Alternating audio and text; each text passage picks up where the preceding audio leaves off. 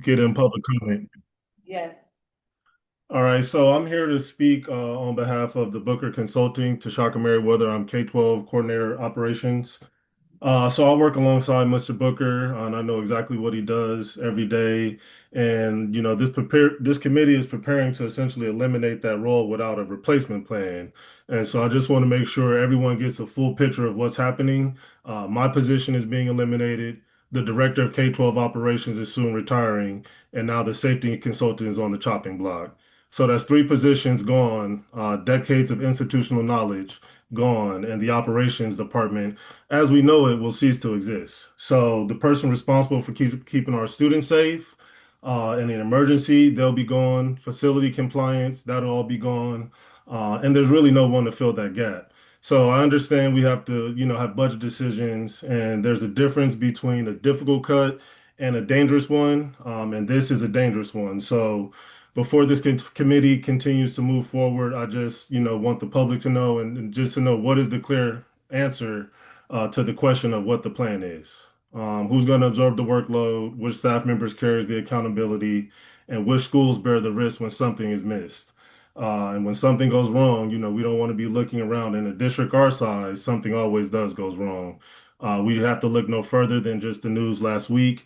And the question is not how much money will be saved, but who was responsible. So just please take these thoughts into consideration as we look into the Booker Consulting contract. Thank you. Thank you. Thank you for that public comment, and now we'll move on to contracts for review. So the committee will be reviewing contracts for the following department. Projects for climate, community engagement, special ed, information technology, superintendent, facilities planning and construction, maintenance, warehouse, expanded learning, risk management, preschool curriculum, the English learners, teachers, residency, library services, state and federal, Title IX, nutrition service, elementary schools.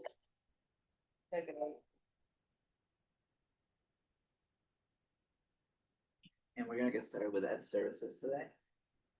Yep. So Catherine, if you'd like to start with the curriculum and literacy. Absolutely. Sanjay, would you like me to present these items or would you like to? I think we can co-present. The one that I'm most concerned about is the one for high expectations, but go ahead and start. Okay, so I'll get started with Amplify.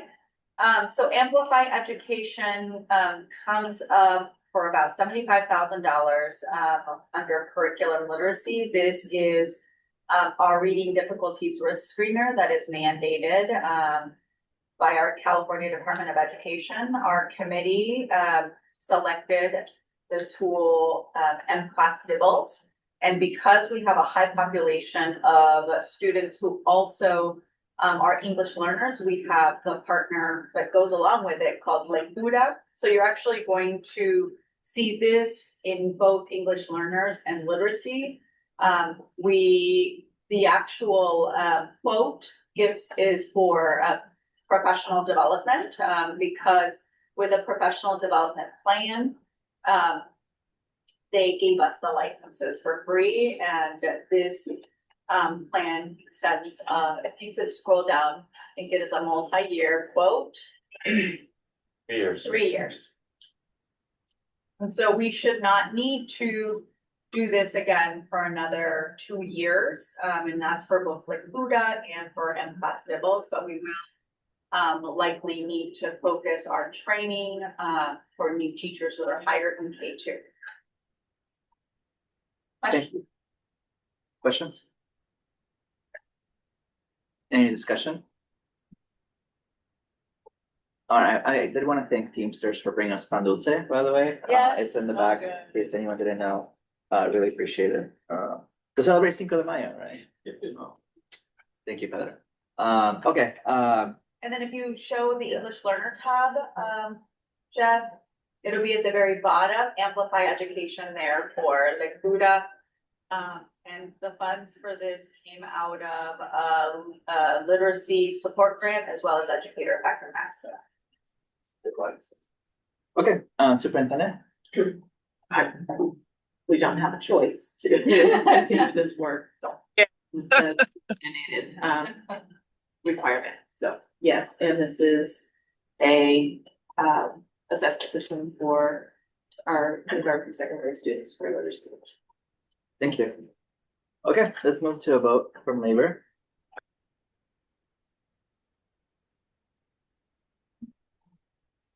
Okay, unanimously. Yes.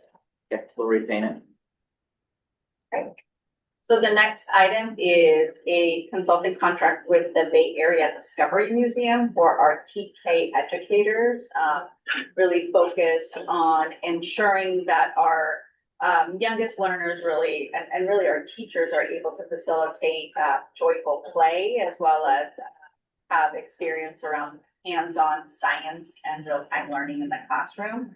It is a one-time contract that was paid for out of educator effectiveness. And then Sanjay, does TK plan to find additional fundings to continue this contract in the following year? Yes, this has been sort of transformative work because the state has made some significant changes around an initiative, what is it, PK to 3, where PK is actually like the new kindergarten, so to speak.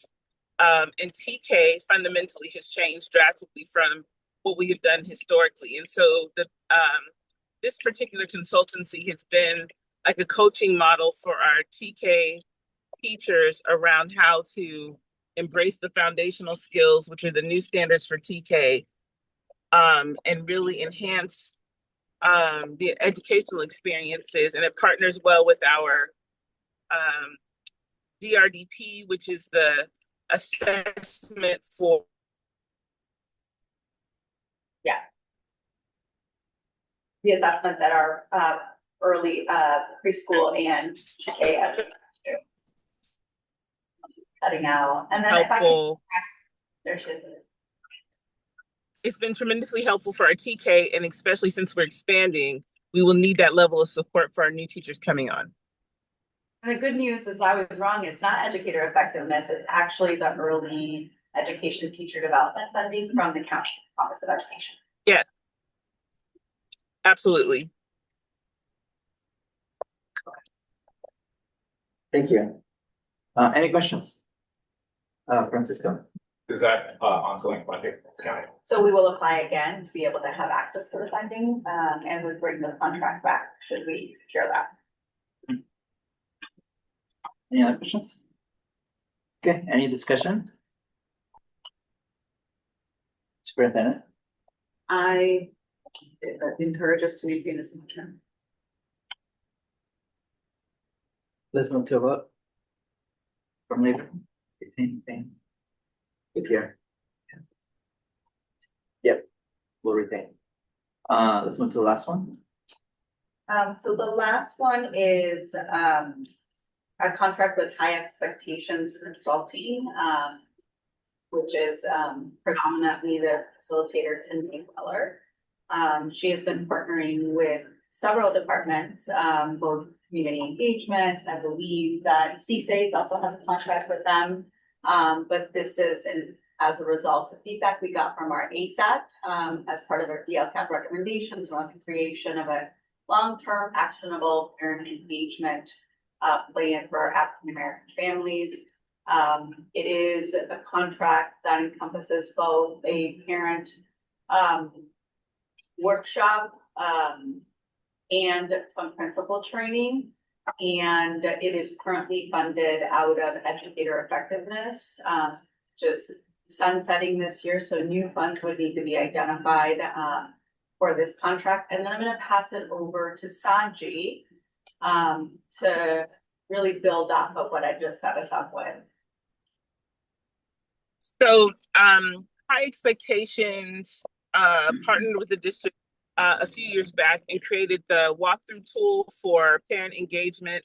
They created the toolkit that principals were trained in, families were trained in terms of like the partnership between site administrators, parent advocacy, just the relationship between school and parent. And in our APAC meetings recently, there's been a tremendous amount of concern around whether our new site leaders are skilled in how to facilitate past meetings and parent engagement and walkthrough tools. And they have voiced that, you know, it's almost like they feel like they want to take matters into their own hands because many of our members that remember some of the work that we were previously doing see that there is a difference or variance in how conducting meetings now. She had 2 workshops with principals during our PLCs. And quite frankly, our principals have asked or given voice to the fact that they need support around how to engage with families, in particular African American families.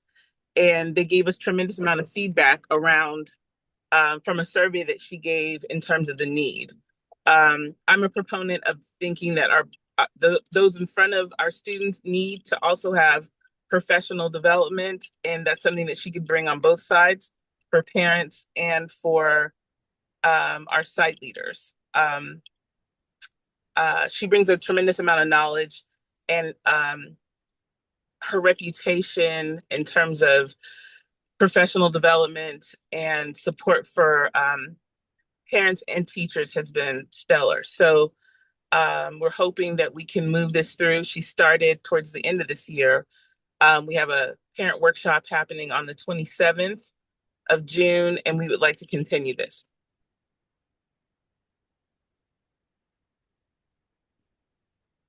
Thank you. Let's move to questions. Kim?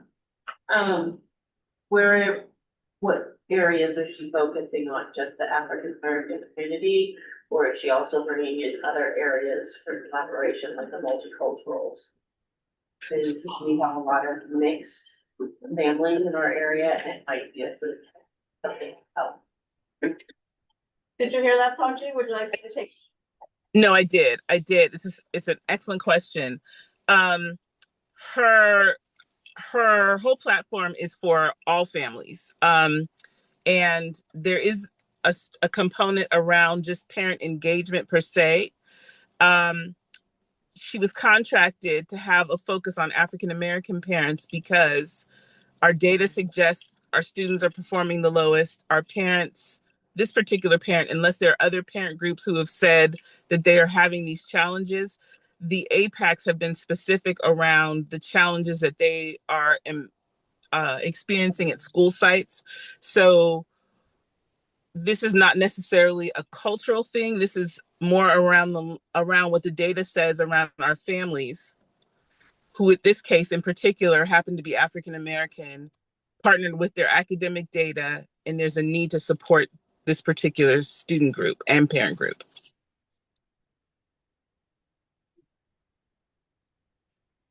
Any other questions? You bring it up, I want to read where it says, because it's asking for airfare for something. Airfare for high expectations team member. Well, wouldn't that be easy done through Zoom or anything to where we're actually saving money rather than bringing somebody in just for meeting paying for all their airfare or something like that if they're not local? Absolutely. So one of their team members is out of state, and we've had discussions around how to your point, is to offer it virtually, which is what we've been typically doing in terms of our meeting. But it could definitely be negotiated out for the upcoming contract, because I know physically we don't have the funding. All right. Any other questions? Francisco? So grant funding is expiring this year for this contract. This impacts every district or every school site since it's for being the APACs. It is. Yes, We've done at the principals meeting that all of our principals attend, and then it is the people who attend the sessions, right? So last night, for example, our event, we put out the flyers, so families and APUP members will sign up. It won't happen in every school site, it'll be one event, posted, somewhere in the district where families can choose to come. Is there any data on the increased engagement or, Good question. Sanji, did you hear that?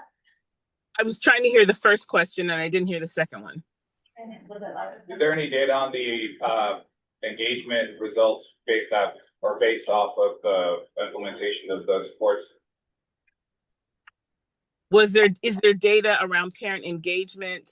Can you repeat the last part? Yes, after the contract was, implemented. So Tanae Weller did collect data that she shared, we haven't had a chance to meet to show the full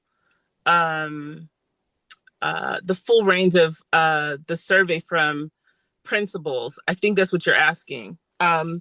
But what came out of the survey that we saw, or the data that we saw, is that principals expressed concern around their ability to engage African American families. Many of them said they struggled with building APACs and that they recognized that there was a gap that they needed to support in terms of like parent engagement partnered with how we are addressing African American students.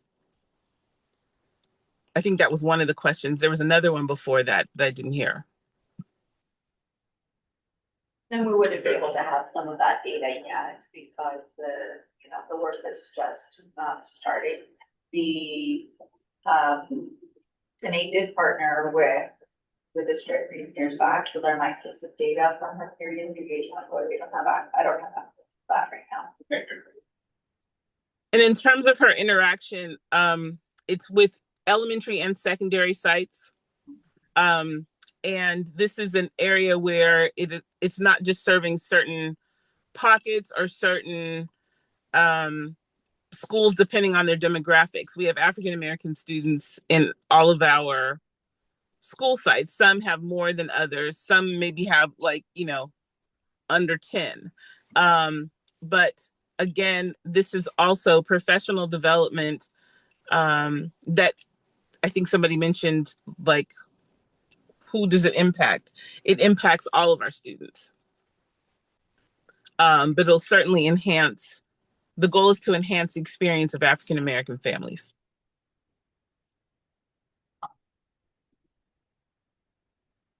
Okay, let's move to a discussion. Christine? So in regards to this, I'm going to straddle the fence a little bit because as the C6 coordinator, we did enter into a contract with high expectations.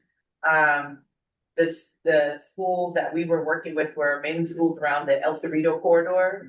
And she did have a 2-day called the Family Engagement Learning Institute, where site leaders brought representatives from their schools, teachers, parents, etc., to go through a family engagement plan. And so they sat with those principals and over a 2-day period helped develop a plan around how they were going to engage parents, really in collaboration and partnership for the benefit of the school. So I can attest to the work that she's done. And I think if you were to talk to any of those principals, El Cerrito, with the exception of El Cerrito High, I think that they would say that it was time well spent. It was 2 days. The other piece I kind of want to give context to is Tanae actually partnered with the district when Mia Rashishi was our chief academic officer, when we were just getting started in that work around engaging African American families in the formation of APACs. Along with Tanae Weller and Millie Burns actually did a lot of work around how we were going to begin to engage families. And at that time, they worked with our school community outreach workers around making better and more effective use of their time. So I say I straddle because I understand from a labor perspective, we're wanting to look at and make sure that the contracts that we are keeping are actually value added to the overall mission of the district. And so I would say, yes, this is money well spent, particularly as we have kind of seen, post-COVID, I think people kind of questioning the efficacy of the work that's done at the site with site leadership, and maybe us taking a step back and not being as proactive around the engagement of parents as we need to be. So I think this is something that's good. This is not, I don't think this is intended to be like this ongoing piece, but I certainly think kind of in the immediate aftermath, a lot of things that have happened across the state, funding here, there, how we, people coming, going, opening doors to parents, closing doors to parents. I think that this would be a great opportunity to really build the capacity of all of our personnel, not just site leadership, but all of our personnel that engage with parents. Thank you for that. Okay, I'm gonna make a quick statement and then I would love for staff to respond to that. Purely looking at the contract and hearing what you all said, I mean, I think that we can all agree this is value added.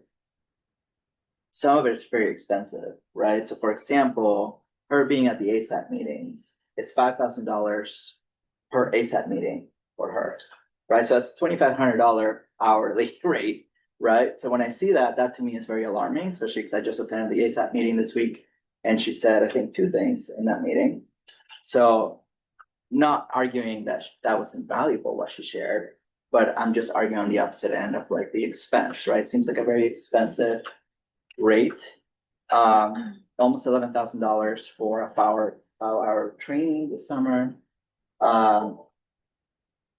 This part of the contract seems really expensive.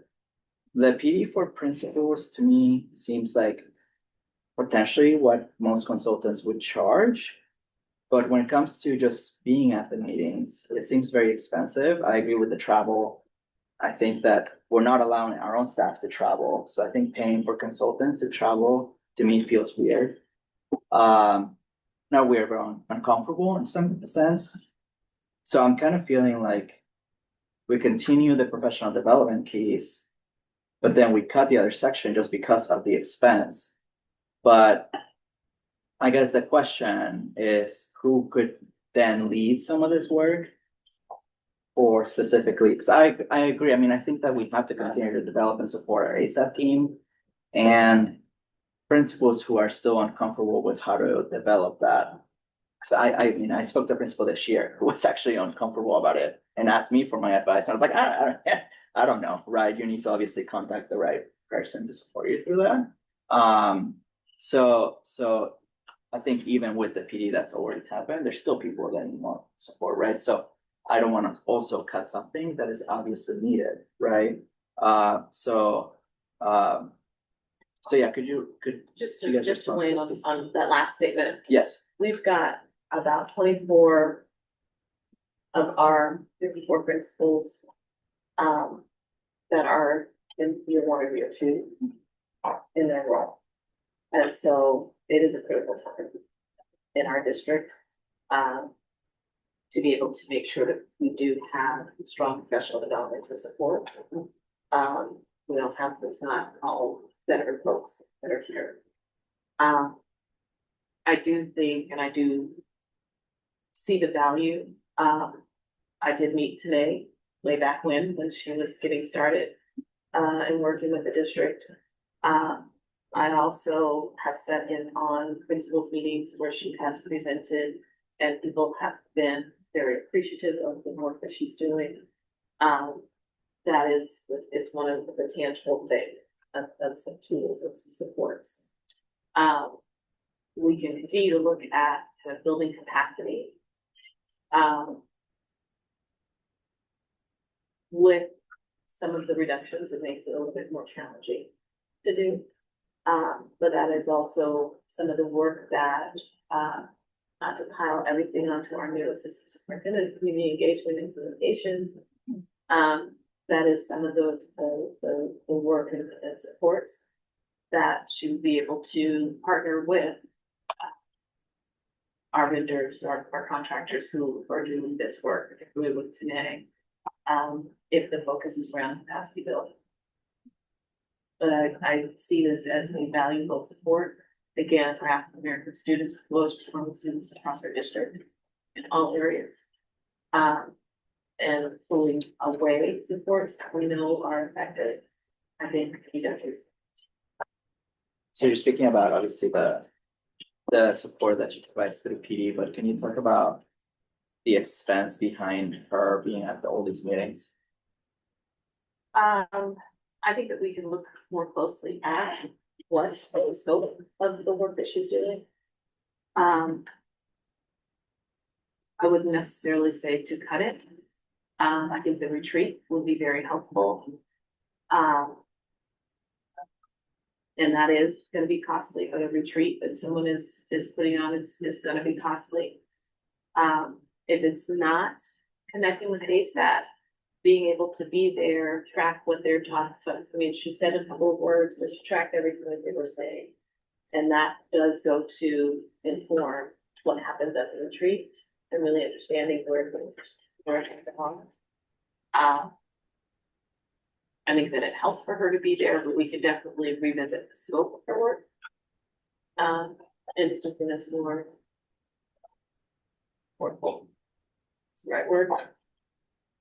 Is it possible for me to say something? I don't want to, I want to stay within the guidelines of the. Sure. Yeah, I asked for feedback.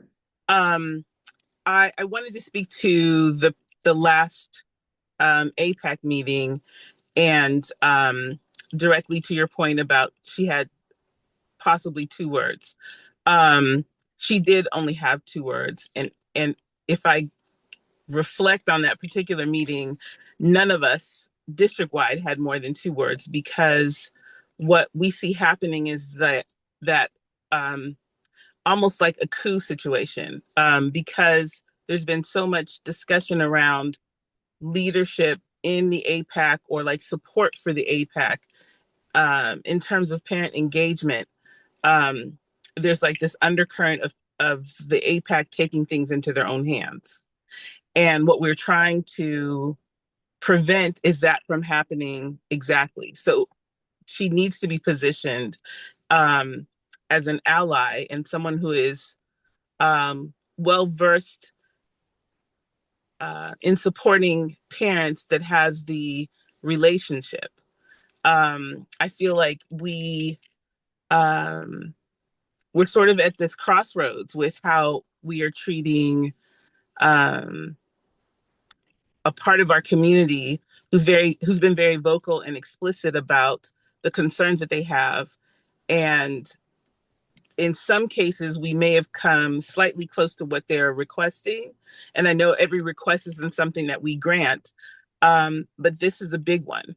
And what we're trying to hold off is that, it becomes like this us against them. We would really like to educate our parents, give them agency and access to our school sites, at the same time partnering with our principals. And I think, to your point, when you say a principal is concerned or asked because they feel it, like they know that they need to make these commitments, they need to have these interactions with principals.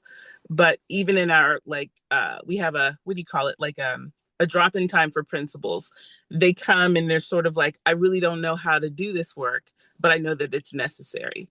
So we would like to have her have more than 2 minutes. Say this last meeting was vastly different from our typical APAC meetings, but I think it's indicative of what's to come if we are not supporting the process.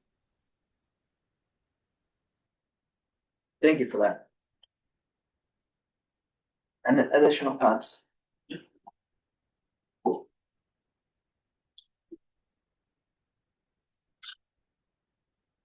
Okay, Superintendent, we already heard a little bit of your recommendation. Anything else you want to add? No, I see this as a value add for our district, and an important strategy to support our African American students.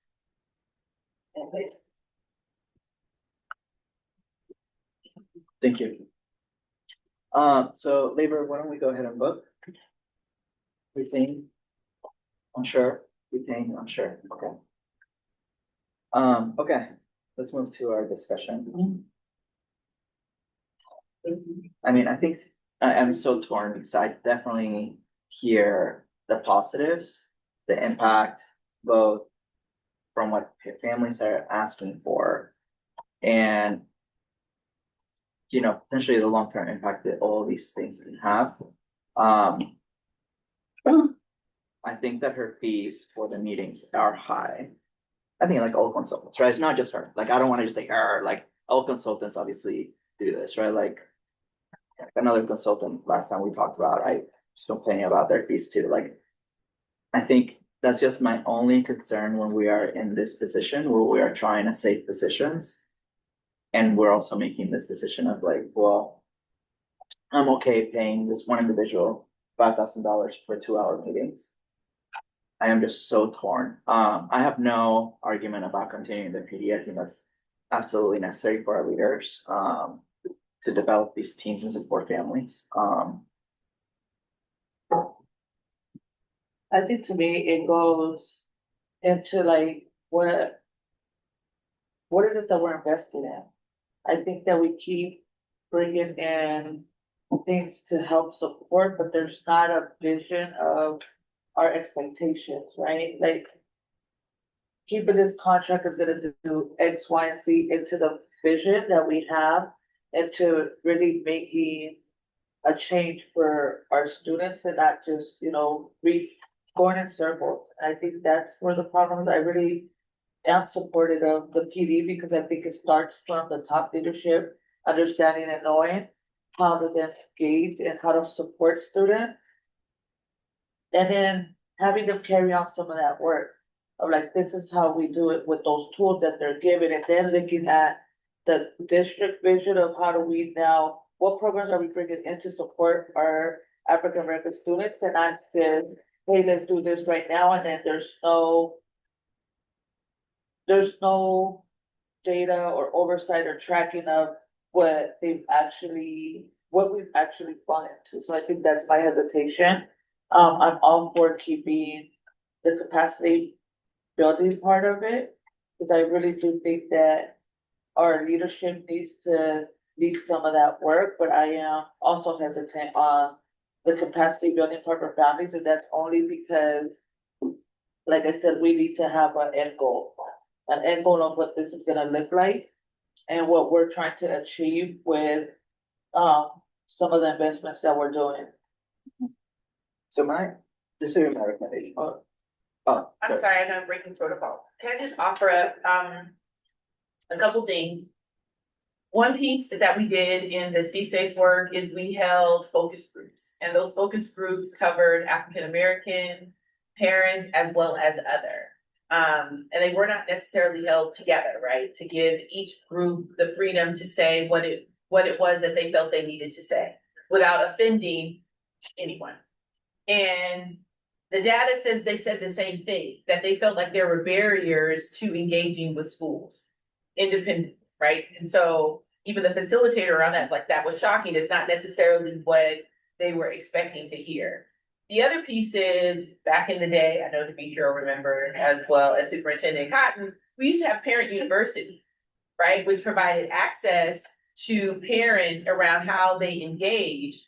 But when we looked at that data, we were excluding a group of parents based on the time that we actually offered Parent University. It was offered mainly during the workday. And so we had a whole, contingent of families who, if they were working during the day, couldn't necessarily attend. Then Maureen Trujillo tried to offer up some later sessions. But it's almost like, the Three Little Bears, it wasn't quite right. Like, it was too late, but it wasn't late enough for people to be able to engage. And of course, I think that's probably tied to some sort of categorical funds that went away as well. And so what we saw the work that Tanae was doing is kind of bringing back elements of Parent University insofar as opening doors, removing barriers for parents to engage, but also informing parents about the way that they can engage productively.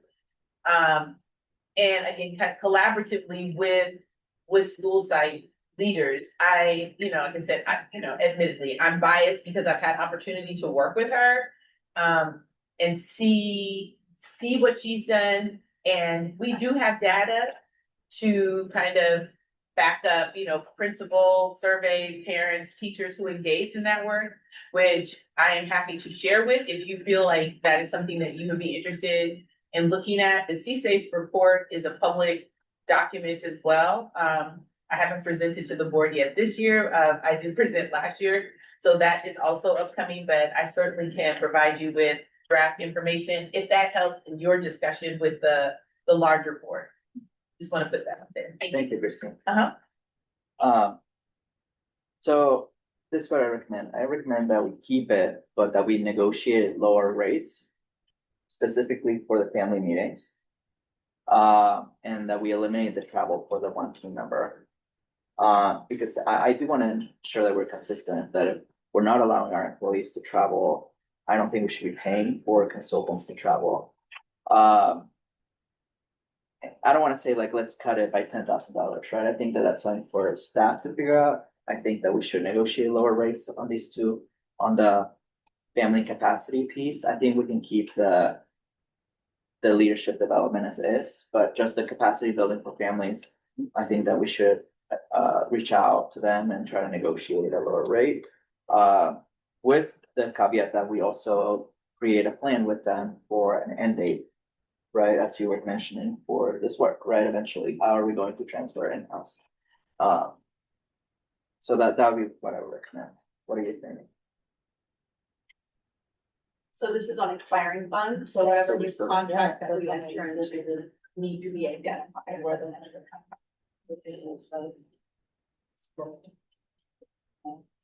I guess with the caveat that we find the funds. Well, with the caveat that we find the funds, I think for the second part, so I Prioritize the. prioritizing the PD and finding the funds for the PD. We can check in with the county too, oftentimes they'll support contracts, or just like we did for the former Bay Area Discovery Museum, so we can see if we can secure maybe some grant funding to be able to expand it. In person is ideal for this professional development. I don't recommend, I know that the travel costs are high, but you know, we just don't find the same level of engagement over a Zoom presentation. Or, you know, I'm sure you guys can understand that it's much more impactful if we meet together as a group, so. But when we're talking about, because we're only looking at effort for one high expectations team member, you said on the team, there's only one person who's out of state. That's my understanding. So could any of the other team members join in? I don't Eliminate know. some of that. I see the hotel charges and the food charges. I'm not sure. Son, did you happen to know, if they're local or? They are. The travel would be for the one consultant, but thus far we've done very well. In one team member. Yeah. I think that's for the summer project. yes, Right. I think that was for the parent workshop. But I think those things can be negotiated. Yeah. To understand the travel aspect of it, and that we need to have continuity between consultancies and programs, and especially if we're not doing it. It's understandable. And either way, right, a contract over 25,000 has to come for board approval, and so when it comes back for the new identified source, you know, the board can decide to pull it and ask questions should they want it. Okay. And I know that the chambers also really care about PD for principals, so maybe that's something also they would be willing to fund too, right? Because it's one of their things that they reach out to us about, right? So maybe they'll also be willing to Put contribute. some feelers out and see who can invest in this. Okay. Any additional thoughts? Okay. Great. Thank you, everyone. Thank you for the conversation. We get to ring another bell because we're done with another tab. Yay. Oops, you go. Moving right along to English learners. Mr. Orozco, would you like to kick it off? And for this one, we've done the very bottom one for Amplify. The rest we haven't covered. Start from the top, curriculum associates. I know this company was mentioned in another column, however, this is specifically for the Elevation platform. So completely different beast. I think they were just recently purchased maybe last year. So when we saw Curriculum Associates on that list, I was like, wait a minute. Okay, and that makes sense.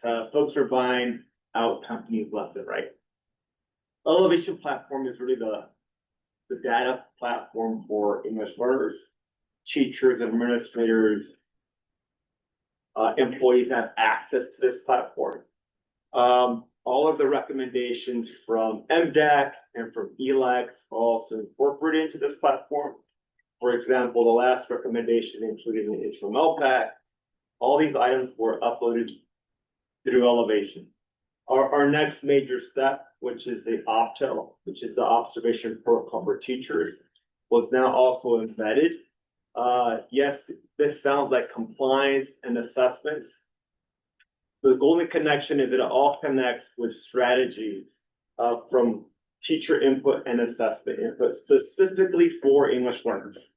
So compared to other platforms, the recommendations are not specific for English learners. So it does not take that into consideration. It is multilingual, so beyond English and Spanish, it has a variety of other languages, including Mandarin. And additionally, it is very easy to use. So teachers have responded in terms of creating graphs and monitoring forms. Super easy to use. The tagging of DLI students is also incorporated because it's super easy to enable. Yeah. Thank you, Mr. Orozco. Questions? Yeah. Only at this, at 2 school sites? The 2 school sites that are shown here are for the 2 newcomer sites. Those 2 newcomer sites have like super access. So there's several levels of the platform, right? That super access just allows them to kind of play around with the. I just wanna know, is it only for these 2 schools? Oh, this is district-wide. So, More than just the Richmond High and Kennedy? are Correct. available to this? absolutely. Okay, so- Yeah. District-wide, and even though it's English learners, all students live within the platform. So that's another success. So it's easier to compare English learners to other student success. An extra bonus, which is also cool, is we can now compare dual language learners to other student success and the English learners within those platforms. So it really holds that multilingual data scenario. A big reason to why we recommend this for next year and really years to come, it's also helped our monitoring process. It is not a coincidence that we kind of did very well in the monitoring this year, just because everything was so accessible to pull out from an Elevation platform, which is very tough and difficult in other scenarios. And then I'll just add that the funding for this, contract comes out of Title III, which is designated for English learners. That's the consent. So how does this new county platform integrate with this? Since we're moving Edge Climber out and different platforms, how is it going to integrate with this tool? So it doesn't necessarily not to their standalone. So this. It's a lot of is- money for a standalone that won't integrate with other platforms. I mean, I think it can integrate, but I don't know how to speak to it yet because I haven't checked in, but I know that the new platform likely will also take LPAC scores. It likely will not do the monitoring, but I don't know if you know. Yeah, Will. well, so it says data, but as courtesy, it's way more than data.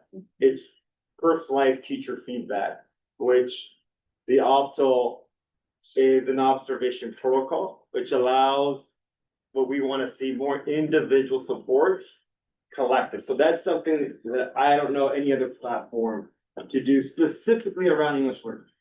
So, okay, so you're having it, how many users are using it in the district? How many people are using it district-wide at the school sites? You're talking teachers. Teachers have access to it, you're saying, and administrators, Yes. district personnel. It's a student information system. I don't have access to it, so that'd be great. since I am the student information supervisor in the district. Agree? And so I'd love to see that some questions come up. What pulled out of it and how many users are actually utilizing this program? Considering that every single teacher with an English learner is required to complete monitoring forms, every teacher has submitted But are they?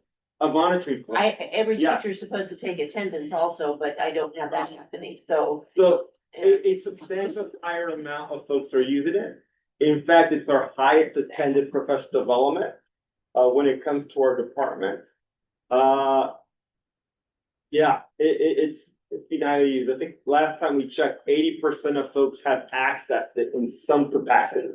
Who maintains it In terms of in the district, who maintains this and making sure that the data is appropriate and it's up to date in the system? the Delma department, Okay, myself and our data assignee. You know, Okay, so we're trying to pull up the metrics.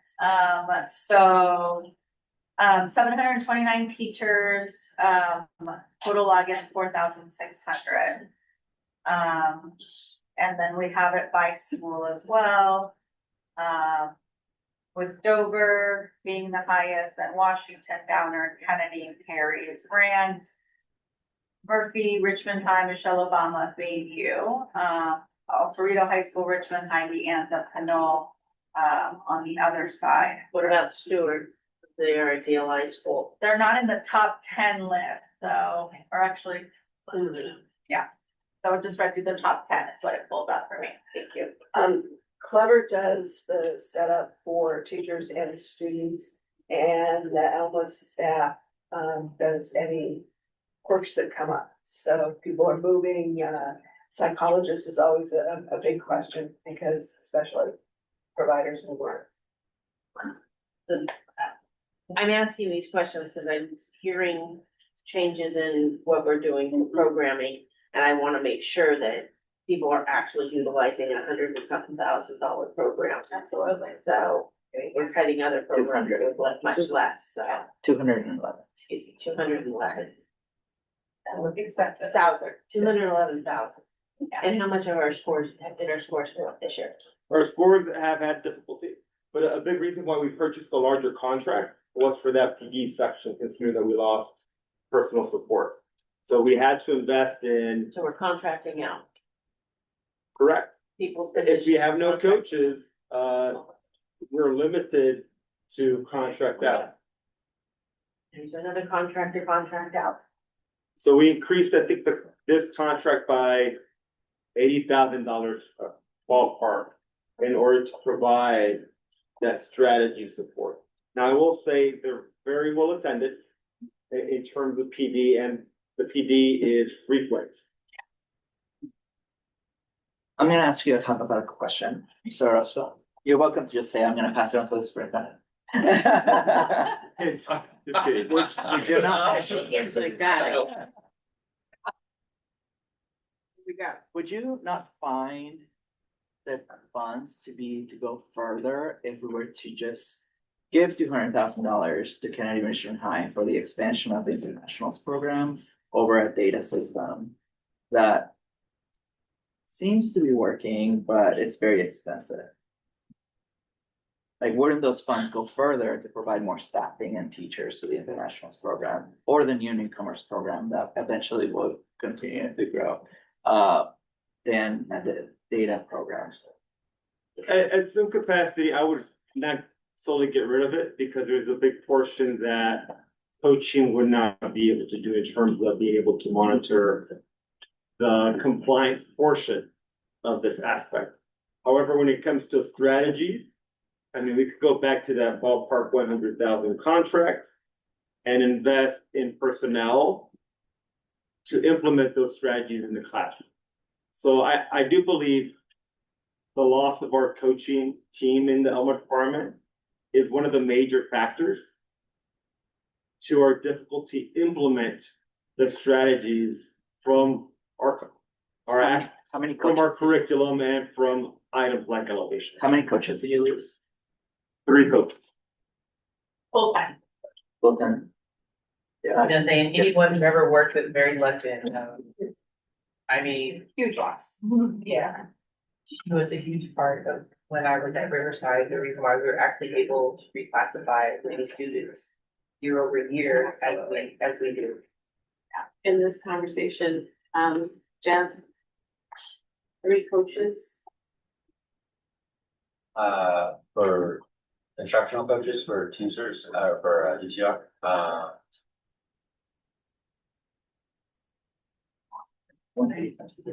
yeah, like 270. For 3? Full time. Full time. All right. Is it 180 or percent? Yeah. It's We're one, doing salary it plus. depends on their salaries, but it's 150. So if they're a high step person, it could be up to 450. Because they're going to be if they're, you know, the coach caliber. So So up to 450 depending on their staff. how much coaching does this contract provide? Oh, I'm sorry. Shabana. Okay, you were still answering your question. You're so nice to me today. Just wait. I forgot my question. Oh, how much coaching does it provide?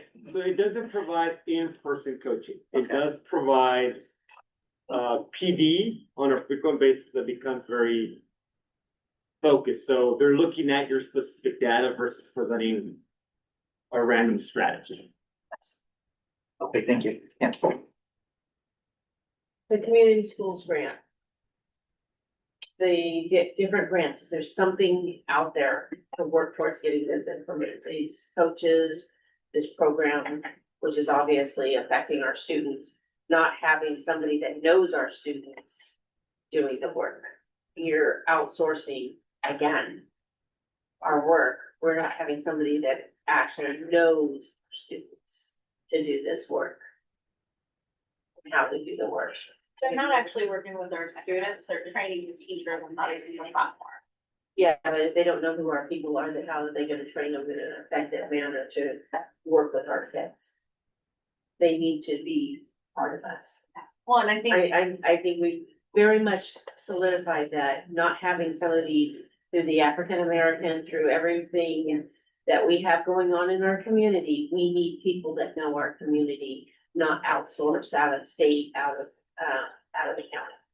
And I think that's fair, and ultimately, you know, we saw the crowds of people that showed up when we had to make the difficult decision to cut those coaches from the Elma department, so I hate to sit here and have our Elma director need to, you know, speak to the fact that we had to come up with a Band-Aid, because we have a very high percentage of English learners in the district, and every single school has them, and so this is a platform that allows for the knowledge. There are many teachers who don't know the gaps and or the levels of our English learners.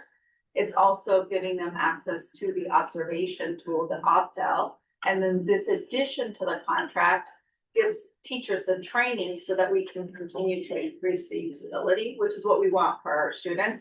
If we had the funding to bring back coaches, that would be the best case scenario. I don't know that that's happening. The PD sessions are also asynchronous, so folks can at any moment jump on a course that's available for specifically English learners, for dual language programs.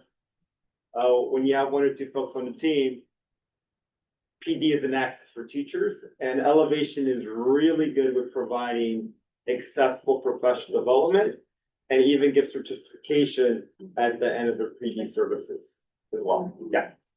So on this content, since you lost your coaches, are you going to be needing to contract coaches to get this work done? Because if that is, then I'm not for it, and we can't support it, because basically you got rid of people in order to provide another contract. I think Elevation provides such high quality, accessible professional development that is very focused toward teacher data, which means the classroom. That in this scenario, it is better implementation. So for example, we are receiving more teacher feedback through the observation protocol. Yeah. Right, so that accessibility is living this process versus if we went through a coaching, it would be a lot more survey based. We have to go back and respond. So it's possible with more people. However, this is I would say a very, very good, strong Band-Aid. Like But it's not replacing coaching, to address your question. That coaching Yeah. has not been replaced, and we have the director, and then we have an instructional specialist that's paid out of Title III. correct. Aurelio, and they're the ones doing the coaching. If you recall, our coaches were actually put back into the classroom. Last year, the year before that, in January, and then did not return. They were wrapped, and so those positions have not been replaced by any contract. We really couldn't replace them with a contract because the work, like Christine said, was really deeply rooted, and there was 3 people that divided the district into coaching for both principals and teachers. That work has continued to some capacity, but not at the scale that we had it. And there's 2 parts. One was that instructional portion, and the other is definitely the compliance portion, right? So that compliance portion elevation is essential to keep that high quality of compliance. And we're talking about going from 16 findings to 0.5, and I say 0.5 because I felt like we were able to turn around that finding relatively fast. And it wasn't an item that was in elevation. So all the items that were under review were found as very strong in terms of our district this particular year. Christine and then Francisco. Seems counterintuitive, right? Like, I think, like, I understand the need for the contract in the absence of personnel. It's interesting, I think we're all kind of arguing in some level that we need the personnel, that personnel ultimately is more effective. So, which I'm sure Esau would appreciate, I'm sure he'd rather have people there in place. I'm just kind of wondering then, since people is always going to be better than program, I'm also worried we're gonna AI ourselves right out of existence. That we look at the other components that play into that, right? So if we look at the number of LTELs that we have in the district, how does that ultimately impact kind of sites and allocations around sites? What are we paying for in that regard? If we are looking at even the number of students that are not being reclassified, like what is that additional cost again to each site to provide support beyond elevation to meet the needs of their students? And I bet the sum total cost of all of those things is probably greater than the cost of the coaches that the Elma department actually lost. That being said, unless you are going to replace the personnel, or that's not a serious conversation that can be entered to at this point in time, then we would support the continued use of the contract because there does need to be something. But I think that's like almost all the discussions that we've had here in contracts. It's like, if we could have this, we know ultimately that this would be better. And let's leave this in place until we can figure out how to get to the best. Like, we're doing better, but this isn't necessarily the best ever. Additionally, if you want another platform, it's difficult to use Title III funds for other different types of platforms, considering that they're not English centered and multilingual centered. So in terms of where the funding is coming from, and we have to be very specific to what data platforms or curriculum you're purchasing, because there are limitations and requirements to get those platforms even approved through that funding source. Thank you. Francisco? Yeah, just for clarity, this is coming out of ongoing Title III federal funds. And this is not a platform where students can log in and do their LPAC testing or anything like that. Do they get any type of like support that's aligned to curriculum, or like if I link it to my Google Classroom and it's sort of like on the cusp of, you know, moving up a level or getting reclassified, something that would be targeted for like writing or listening comprehension. that something that is accessible or for students or no? Not through Google Classroom, no. However, when you're going through your strategies platform in Elevation, it does provide K-12 lessons and scenarios in terms of and examples of how to incorporate a more engaged classroom. So you kind of plug and play with, you might have this lesson in your ELD curriculum. You're like, you know what, my ELD curriculum doesn't allow me to shift into moving into a speaking domain. The Elevation allows you to enhance your curriculum through their focus strategy platform. So what the teacher does is, I mean, it's not there yet, and technically there is that platform, which is maybe another $100,000.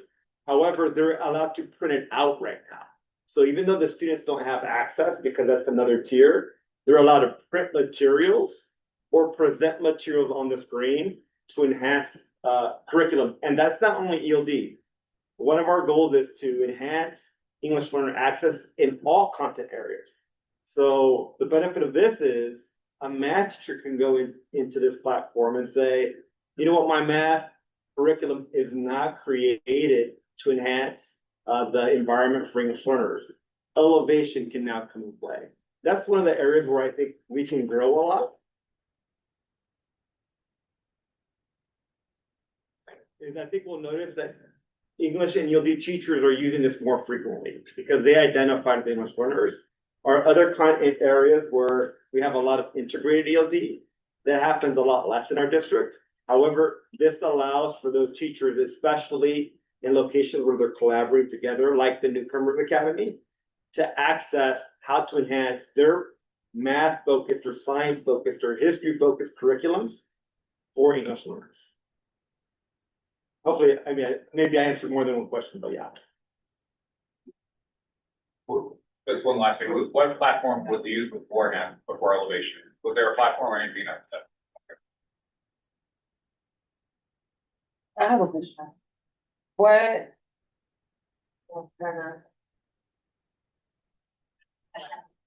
How are we promoting, and I think that's the door, how are we promoting this to all our teachers to ensure that we're getting, you know, the best usage and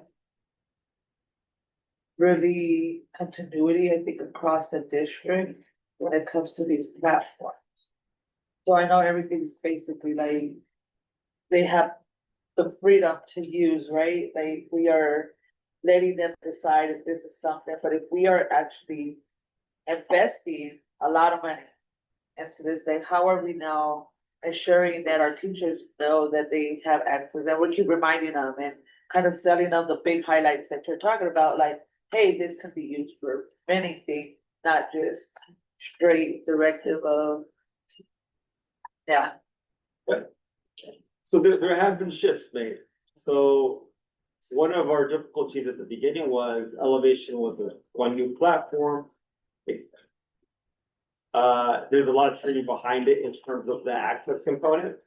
However, as a team, we've begun to move everything that's compliance that lived in another platform into Elevation. So now the walkthroughs are all in Elevation, right? Now all the parent letter forms are in Elevation. So instead of folks going to a variety of apps, all the English learner apps now are in Elevation. So we're putting more and more things. So even though you might not go in for strategies, if you're doing your observation protocol, your monitoring form now, which before you didn't go to Elevation to do those, you actually filled out a form, right? And we weren't able to look at the feedback data as a department, like, was there an intervention? It looks like you just clicked yes. Now we can see the exact elevation if they used it. So now we're adding more and more things into Elevation for folks to use it more. A benefit is also, I mean, we can always do a better job communicating. I think that's true. But the frequency of Elevation is one of the high points. So like I said, Elevation is probably our most attended professional development because of the access. And it is the most used, if you think about it, we have about 50 teachers, not including service providers or admin, and we just, it's at their 4,600 users. So for this year alone, that's pretty high.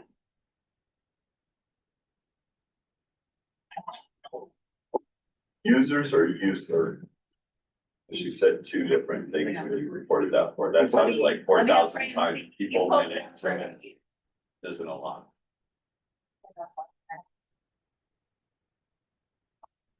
Mr. Roscoe, if you had the choice between this platform and a full-time coach that could help you develop, some of the things that we talked about in coaching, what would be your choice? Do I get to pick the coach? I mean, I think that you and HR would. I think the common message has been, I think people are always important. A full-time coach does not do everything that this platform does. So my suggestion would be that if we went in that direction, we wouldn't just throw out elevation. A lot of the aspects in this process would also enhance the coach's ability to be able to coach. Now, I do think we can reduce the access of PDs and now leverage the coaching position to kind of have that more personal scenario. So in the past, what it was it wasn't a 200 contract. The contract was about half that space, right? And I think at one point it was something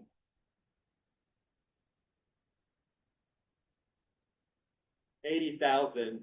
However, now we have the coach doing a lot of the logins for the teachers, right? So now the observation protocol is not done by the teacher. You kind of now sit down and say, okay, you know what, we did a walkthrough.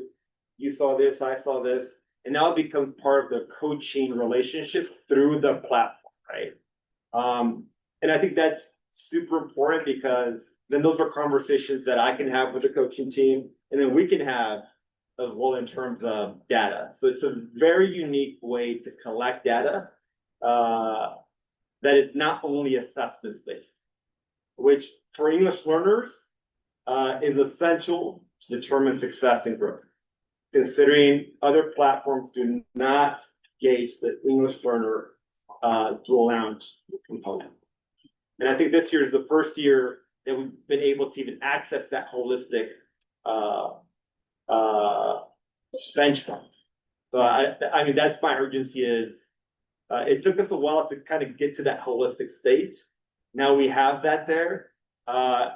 People, I think, would take us back to the implementation portion. I think that's where the coaching occurs, but the platform is also important. So I would decrease the contract and get a coach. That would be my ideal thing. Thank you. Yeah. What are you gonna say with Together answering for the logins? Yeah, no, it's about half of the teachers are logging in to Elevation.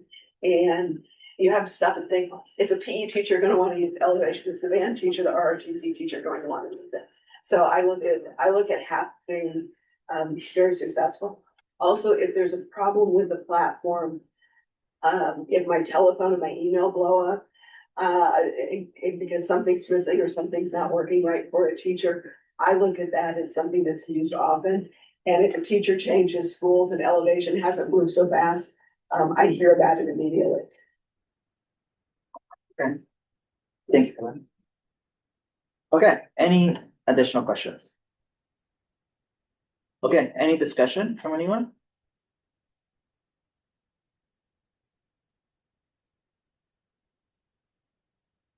Okay. Superintendent Khan? Understanding the need and the importance of the platform, I would recommend that you maintain it. The conversation around coaching is really intriguing for me.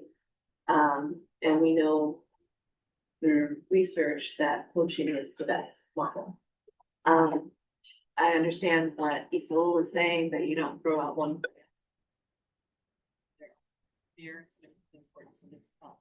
So looking at some way to kind of balance that. These are Title III funds. And so either way it goes, it's supporting our English learners. And so it's not, it would not be a cost savings. For us, it would be a determination of how we want to support our students, it would be a cost for us if we're looking at bringing back coaches, because I don't think coaches can go under Title III. They can if they're just through EL.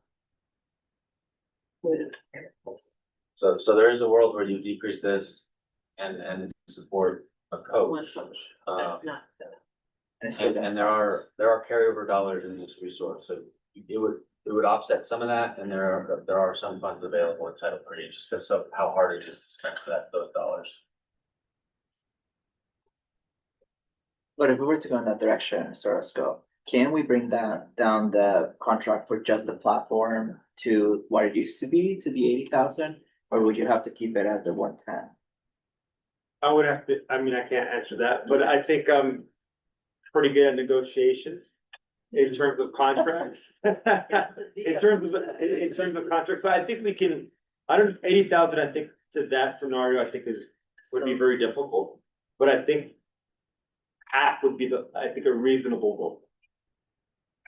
Which would allow us to have 100,000 towards the position, but then we'll still have to figure out at least 50 to 80 There's additional. other funds in this resource that Could be leveraged. Yeah, if this decreases and you offset a big chunk of that salary, there are other funds that decrease from the salary in this resource. I think we need more than a coach.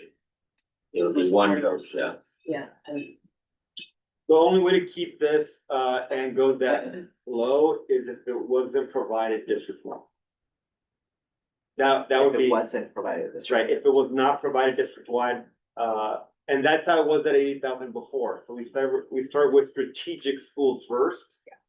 And then we're like, this is really strong program, let's go district-wide. And obviously, you add more schools, the price goes up.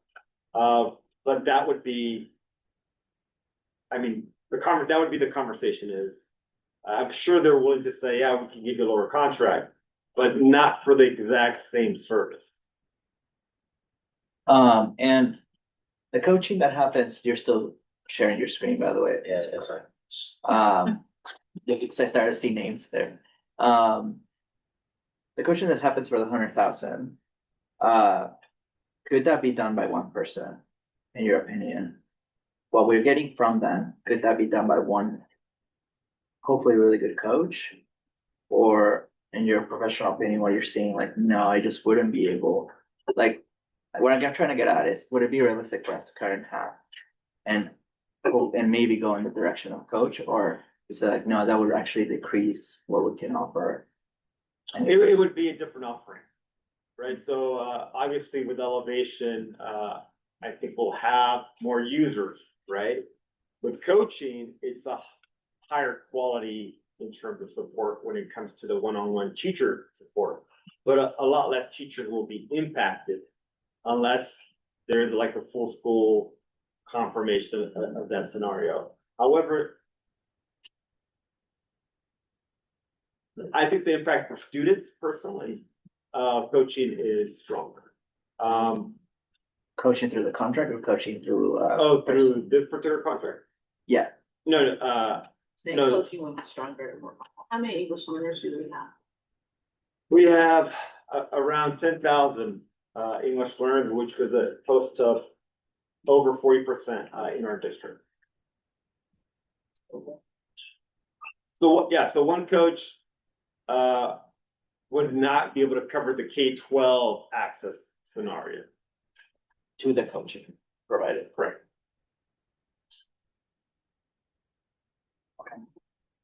Unless they're a super coach, which sometimes they're able to find, but I can't guarantee that. Okay. Well, really great discussion. Because of time, I think we need to move to a vote. So, labor, how do we feel about this contract? As is. I guess we can put two questions on the table.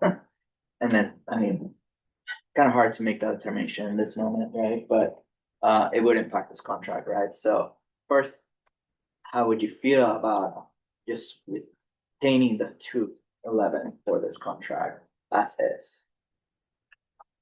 As is, how would you vote? I guess. as is with nothing on the label.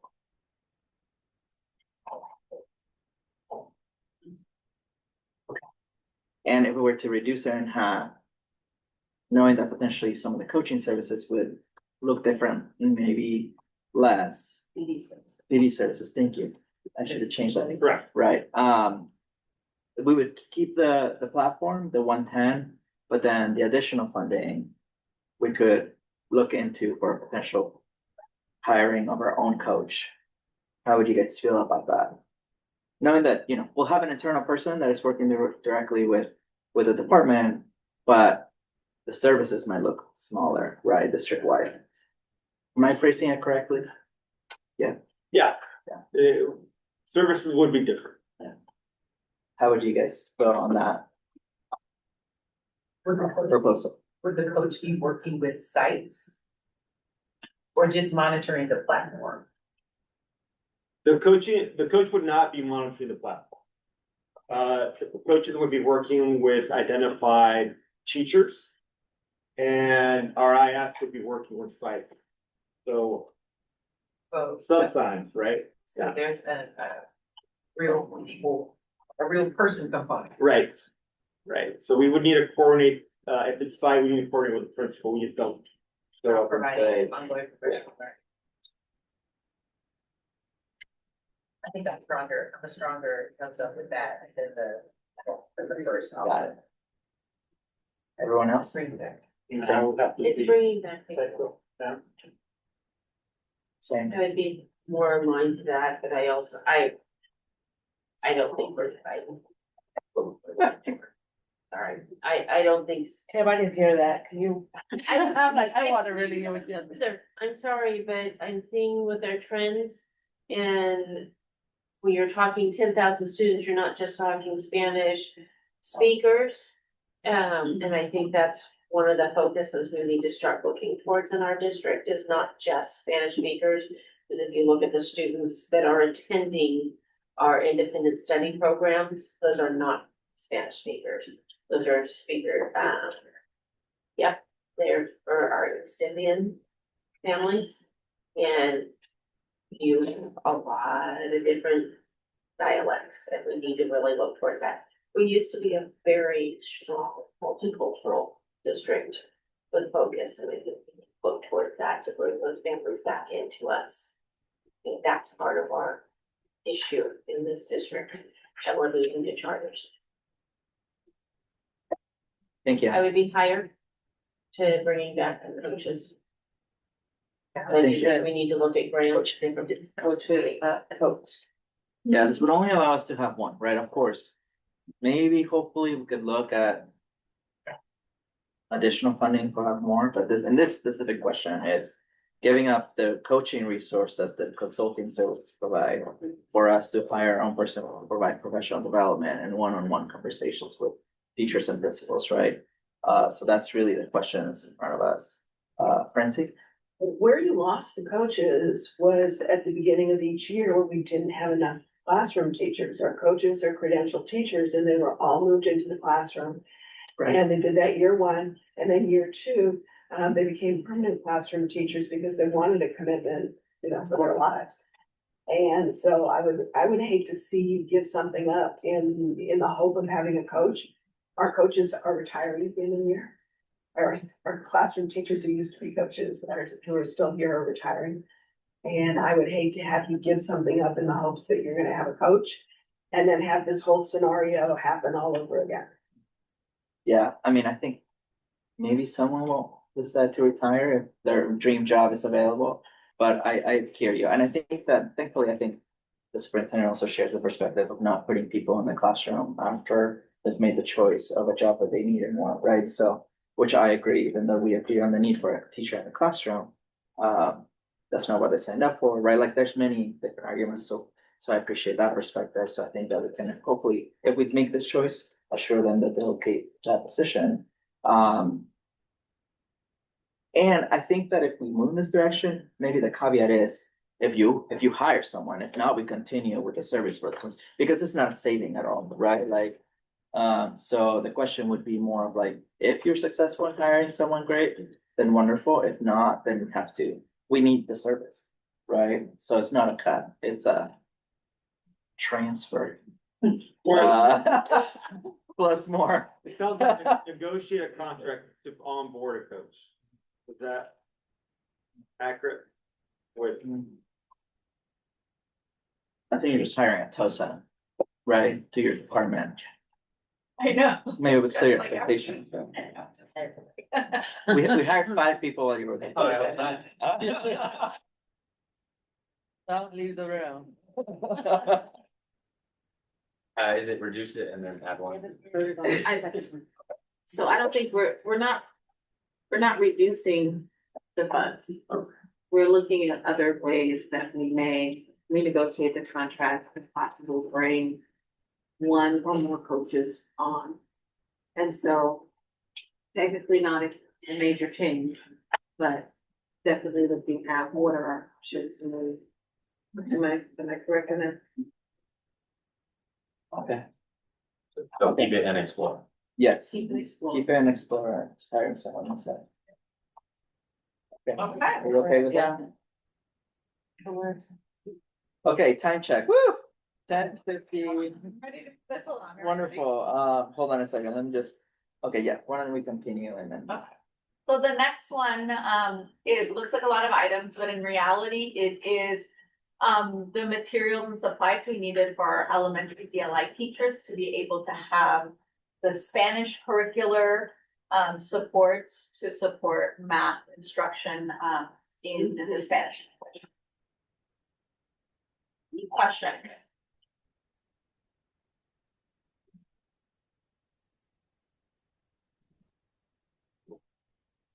It was a one-time purchase and it will, in the future be, managed through the, restricted lottery funds that pay for Dr. Burkill. Yeah, thank you. Do we have any questions? Do we want to move on to comments? No. For this, We can vote. what is the recommendation? As we mentioned, this was, thank you. Keep it. Great. So I go to ahead. Did we skip international? Yeah. Oh my gosh, I'm so sorry. well, let's go back. No one did so fast, yeah. That's not- Yeah, that's all. Excited to move along. Mine. Yeah. Small enough, right? Just a question, you said those were one-time funds used for materials that we now have. We have used throughout this whole school year. Do we need to replenish annually? We do, and, I've already ordered for next year. Perfect, thank you. Okay, let's go back. I think this is our last item for this section. Item is international networks. It's the contract that provides, professional support, resources, and, this time, yes, coaching. So this is in-person coaching. In fact, coaches, in our district today, I would say here, but then folks will look around and search for the coach. This, price is actually very reasonable. It was negotiated in terms of our need. It does serve specifically Helms, Richmond High School, and Kennedy, in which the newcomer academies are located. In addition, it does provide district-wide professional support for our teachers with a large number of newcomers. So even though you see those particular sites, there's additional PD provided by the International Network. Support is provided not only to teachers, but to principals and APs or whoever is in charge of running their newcomer support program.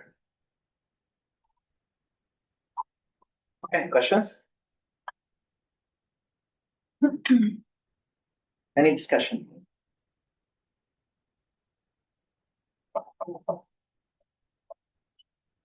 Superintendent Connell. Just we're continuing this work. particularly what we're focused around the newcomers and the sites. All right, labor, can we vote? Keep. Okay. Yeah, we can keep. Thank you. Was that your last one? Another one down. That's the last one. Yay, all right. Expanded. About. We can go back to coaching if you guys like, I'm just kidding. Okay, A question, yes. I see in here strategic planning, learning environment scan. Is this built into our strategic plan? Are you looking at the international? Yep. 14,940 is the session. I'm just wondering if it was built into our strategic. This is not a new contract, right? This is not a new contract. So as we move into our strategic planning Last page. for the coming year, that is something that I wouldn't be tapping into, yes. It just seems like it should be part of it, because it's the biggest chunk out of the whole thing. Okay. You ready?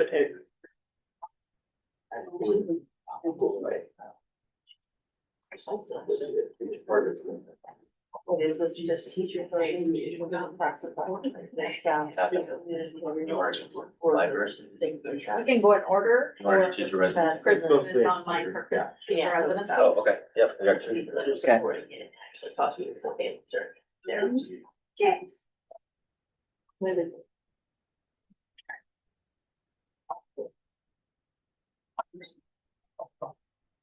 Kristen, can you hear us?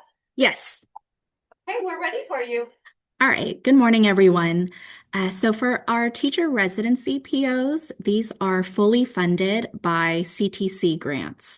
So we have a teacher residency capacity grant, teacher residency implementation grant, teacher residency expansion grant, and then finally classified school employee to teacher credentialing grant. And so these grants pay for tuition for our residents who are in our teacher residency program and enrolled in a credential program, either with Dominican University or Cal State East Bay. And then the classified school employee to teacher credentialing grant funds up to $4,000 per classified employee to either go towards their bachelor's degree or a teacher credential.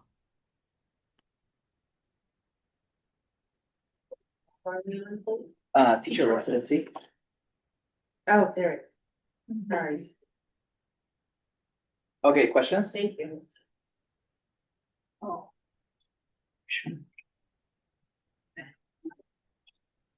Questions? No questions. So the grant, this is a grant funded or it's?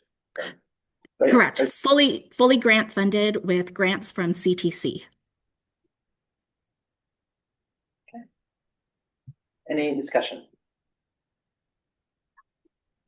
Okay, so, I mean, of course, we support this. I mean, I do. But, you know, we have an inordinately high failure rate of these folks, and we have an inordinately concerning rate of non-reelection of these folks. And we also have, I believe, at least 3 this year that were put on admin leave for nervous breakdowns, incidents at school. So the lack of support that these folks are receiving, they're unlicensed, inexperienced, willing adults who want to be teachers, but don't have the background or the experience or the classroom management skills necessarily. And we are putting them in difficult situations, and our students are suffering, and then the sites are suffering with absences, leaves, admin leaves, and non-reelects. So I just think while this program is important and we want it to continue, it needs to be bolstered. Folks need to be supported in a radically different way than they are being supported now. Thank you. Kristen or Catherine, do you guys want to respond to that at all on the program itself? Kristen, So- why don't you talk about it? Yeah. Yes, so there is a range in terms of the credentials that our current residents are teaching on. We currently have 58 out of the 71 past residents that are currently teaching. We've had a total of 97 residents, and I do recognize that there are a few who have been non-reelected. I know of one who was on admin leave this year as well. I'm not sure about the other two. And I agree that there needs to be more support for our teacher residents and also for all of our new teachers in general. It has been a capacity issue. One that, with myself, with Tori doing teacher support and assistance program, and Kelly doing teacher induction program, that we are doing the best we can. But I completely agree with you, Mark, that there needs to be additional support that we can provide for our newest teachers. We used to have more people, right? Kristen, we had, remember her name, Annie? Yeah. What's her name? We have more people. We had more people, that's the. Okay. Kim? So we used to have a PIP program where the teachers would get assistance more and more. Are we still utilizing that program? Did you hear that? Is that the PAR program? The Peer Assistance Review Program, Kim? Yeah, probably. PIP was for students, sorry. Yeah, no problem. So that is a part of the strand of the TSAP program, the Teacher Support and Assistance Program, that there is currently a grievance that we're working on with UTR for that strand of support.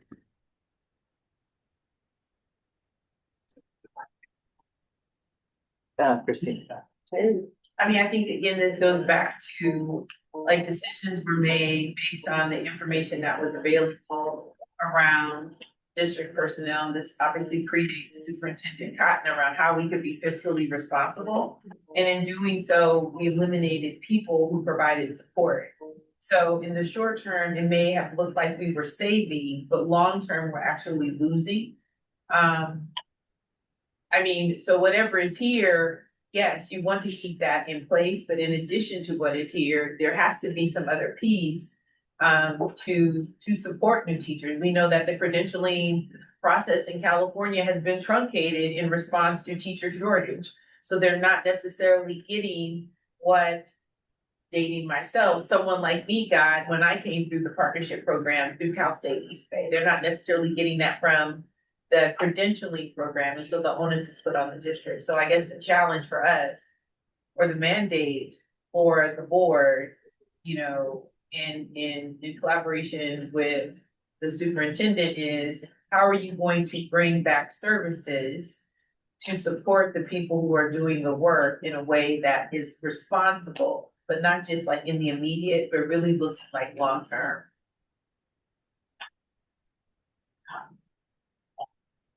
Okay. Superintendent.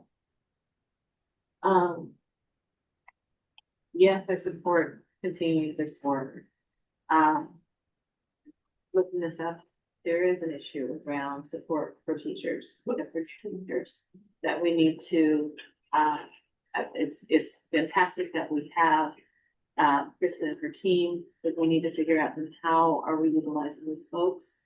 And how do we use mentors across the district to better support our new teachers? What can we do district-wide? I know we started the year with a conversation around new teacher orientation. We had a great, I think, start, but continuing that throughout the year is something that I think would be a district-wide networking, and also supporting folks around professional development are things that we desperately do need. I agree with you.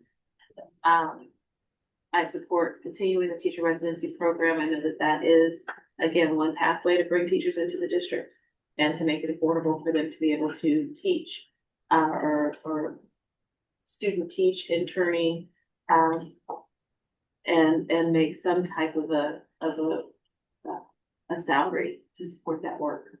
That I think is one of the benefits of teacher residency.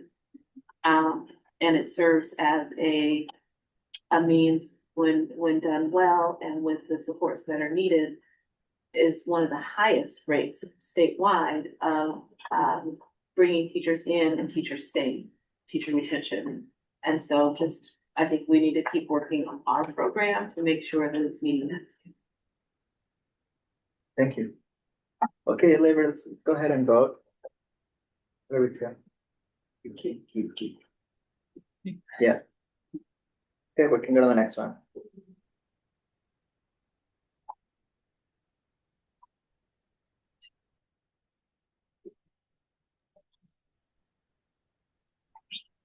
The next one is just for a different partner. So the first one was for our partnership with Dominican University, and then the second one is for Cal State East Bay.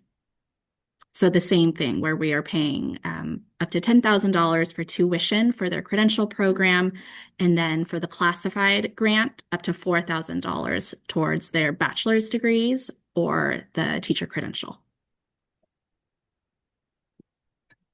Any questions? Any discussion? Well, I think we should, it is an important aspect for our teachers.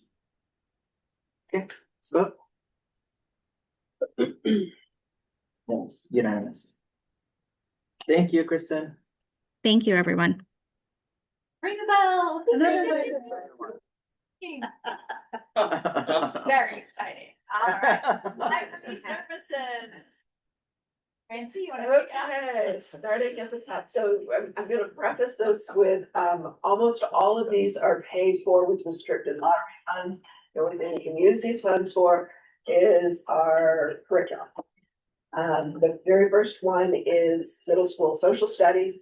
When the board members are familiar, when we bring a new adoption to the board, we explain all about it. We've already done groups with the teachers, and we ask for board approval.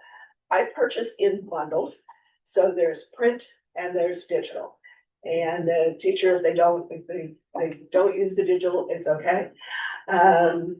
But in this case, TCI is one of our more popular programs. It's been around since before my children, who are in their 40s, were in middle school. And we've gone through all the different evolutions of it. We still have the print, the current print in our classrooms, but this is a renewal of the digital contract for 6 years. And it provides videos, interactive workbooks, a lot of things that our students wouldn't normally get in just sitting in the classroom reading a book. Francie, can I? Sure. Can I just stop you for a second? I was wondering if anybody will have questions or discussion on lottery fund curriculum issues. Thank you, because that's exactly, I'm like, your entire setup here is touches the kids in the classroom. Yeah. And Every curriculum single bit of it. based. Please don't Right. cut it. And I'm at that point where it's like, I'm a thumbs up and this affects kids. Thank you. Plus, we have a Sorry. process for curriculum, We do. right? And we have Yeah. And anybody so- that's worked with Francie knows that she's drilled them down and got us the best to it. Yes, every time. So. Okay, so And one of these items, if you walk out of when you're leaving the restroom, you will see a whole cart of the brand new AP US history books. That And I is so wanna take one of the books. so Mark, and then I just had a question on the Contra Costa College bookstore. It looks like 56,000 is not spent. Yes, so for our students in middle college, they use half of their program is district programs like algebra and English one, and the other half are Contra Costa College programs. So we have a purchase order at the Contra Costa bookstore every year. After I started, we brought it down, and there's usually some left over. And so the student can just go in, look at the books that they have. We have those barcoded using our Destiny program that you'll hear about IT. So we have some more accountability as to what we're using. But there is a lag time in the bills that we get from the college bookstore. Superintendent had questions. Sorry. just to lift up the two items that are not kind of on the lottery. Yes, I would love to do that. Thank you. Go ahead. Everyone okay with that? Sure. Okay. Yay. Let's do that. So further down the road, there are books for the new Stage Library. As you know, Stage was demolished. When Stage was demolished, it was demolished for the fully intact library and all the textbooks in place. I was able to, I have a warehouse full of textbooks that are properly managed, and so we were able to replace textbooks for the Dijon campus. But I have been struggling with the library. So the Kelly Reads grant we received, for those who've been around, with Sonia Neely Johnson was a curriculum coordinator. It was really originally Project Read, it became Kelly Reads. We put coaches in books in middle schools and spent as much money as we could. This grant expired in 2023. And so when Catherine contacted me that she had $115,000 and how could we spend it? First words out of my mouth were Stage Library, because I did not have money for the new Stage Library. So there are actually 6 purchase orders. The 2 largest ones are here. We ordered them on separate purchase orders so we could get them into the warehouse with the picture books together and the graphic novels together and the Spanish books together. They have arrived. They are being stored in our district warehouse until the new Stage campus opens. Everybody has direction that if I'm not around, this is where they go. And so we're very excited. First of all, to close out Kelly Reads. I think there's $27 left in that fund. Jeff, there's $27 left. And to also have books for our kids. Labels. And they are labeled. They are in Destiny. A new book Ready to go. just arrived. At the current Stage campus, we have books, but we have a person who toodles around with her little cart and checks out books to students. And so that's where we're at. So tell me now, what do Stage students have currently for library books? So they have Jennifer and Jennifer Deaver, and she was Catherine's library media specialist, and she's at Stage on Fridays with her cart, which died, and so now we have her a new one, and it's delivered yesterday. And so she has a storeroom in the TK classroom, and it's got books all organized. We have some more in my office.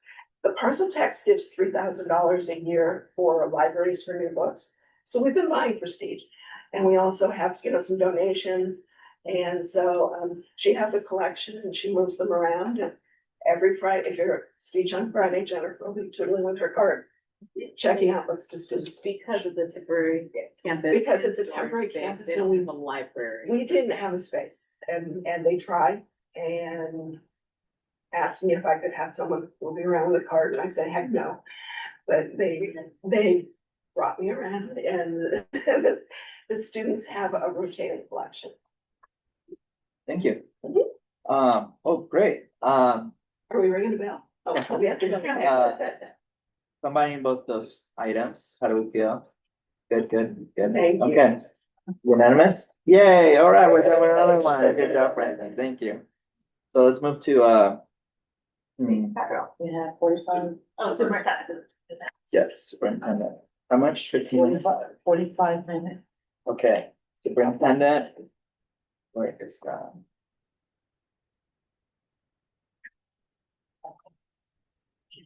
We're doing really great, guys. If I find this. It's, Oh, there we go. it's like the 5th one. Thank you. Okay, So there are just 4 contracts to discuss. One, the first one is Booker Consulting contract. Thank you to public comment, Shaka Meriwether, who works very closely with Mr. Booker, and really speaking on the supports that are provided. Michael Booker is a retired Richmond Police Lieutenant Commander with over 34 years in law enforcement and public safety. He's been West Contra Costa Safety and Emergency Preparedness Consultant since 2018. a long-standing relationship with someone who also knows our community, knows our kids, coaches in the district, serves on the board for our Richmond Powell, very connected to our community, which is different than some of their other consulting contracts. Mr. Booker, I don't have access to the, Oh, To the- available. Yeah. Make it available. Thank you. he does a number of things, in support of our district, maintains strong working relationships with public safety agencies, including local, both police and fire departments, as well as FEMA, the Office of Emergency Services, and OSHA. In addition to these, leads our district-wide and emergency operations plan, and supports all of our preparedness, response, and recovery strategies. He has customized our site-level safety plan templates, and ensures that our safety plans are meeting all requirements, state and federal requirements for safety in our schools. Also leads our emergency response team, supports our district and is trained in both national incident management system as well as incident command system.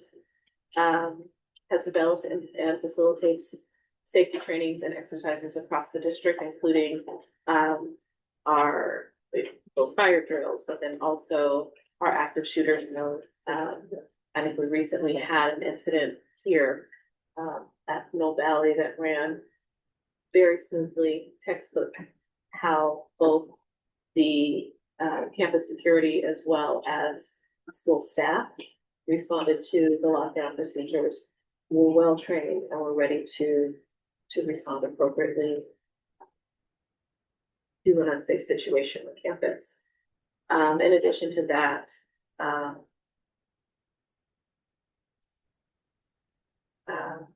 provides support around emergency support around campus constructions as well as facility modifications that are needed, conduct safety walkthroughs on a monthly basis to ensure that campuses are safe. Things are constantly changing on campus, so ensuring that we are following what's required and what's needed. That is a lot of the work that Mr. Booker does and has been doing for a number of years. Again, it's a unique support that we have with him in terms of we're aware of national safety concerns, school shooters, et cetera, and being aware of that. He also supports not just our school sites, but also our district offices and our health buildings as well. Thank you. Let's move to questions. Questions? Start Pedro and Ken. Now, we also have a security coordinator, if I'm not mistaken, or director, Julio Franco. To me, with all these years under Booker, I think he should already be able to take the reins and handle this, as this would fall in his job. The relationship that we have and we maintain, yes, no. The relationship that we have, I'm sorry. The relationship we have and maintain. All right.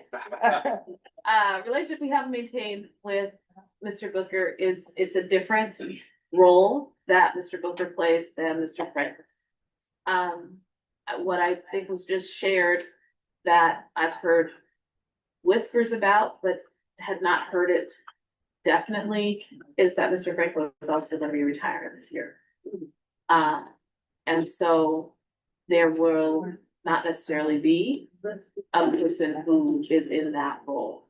What I have found, I know that this district released kind of the connections with our school resource officers years ago. We still have to maintain our relationships with local law enforcement as well as our police departments.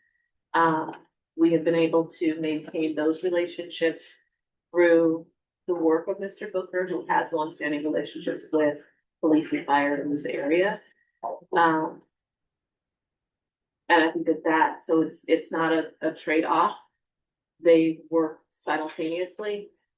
He is a consultant. He does not monitor or supervise staff. He does train and he provides support. So it's a different role.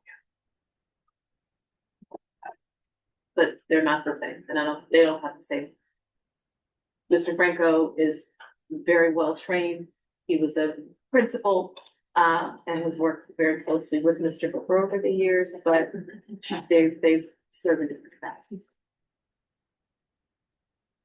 Kim? You pointed out that he is not a supervisor of the Student Support Services Department. Basically the CSs and the S4s. He trains and provides training support for the youth.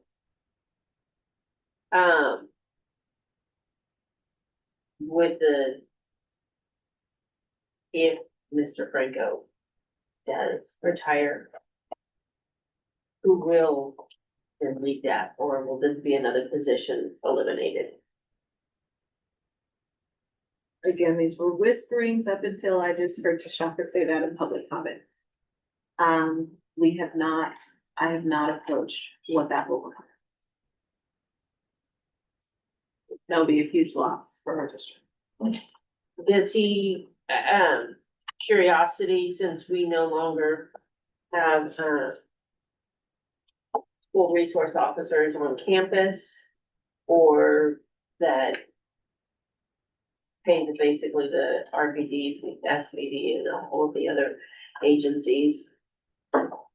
Does he hold community watch groups with these programs, with community input on what is happening, since he is a consultant and he is our liaison?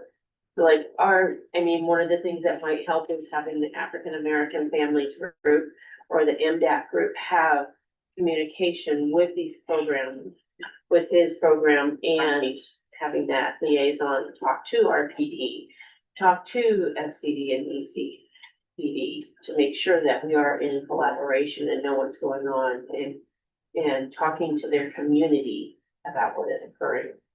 I think that is an excellent suggestion that I would have to do. Absolutely. I know they used to do that. I know they used to do that when they were in the forces. They had a very robust kind of SRO program. Mhm. Yeah, we did. We had a very robust PD program in our district. So I appreciate that. It's Kitty. Any other questions? Thank you. Francisco? On the description, about half of it is COVID related things.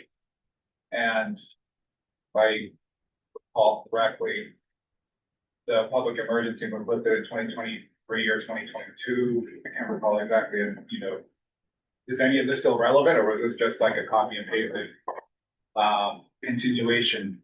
Since I don't believe we've had any of the stuff that's been listed here, at least in the past 2 years. I didn't draft that. I'm sorry, I didn't draft that contract. It looks like, I'm guessing that the contract rolled over from the previous years.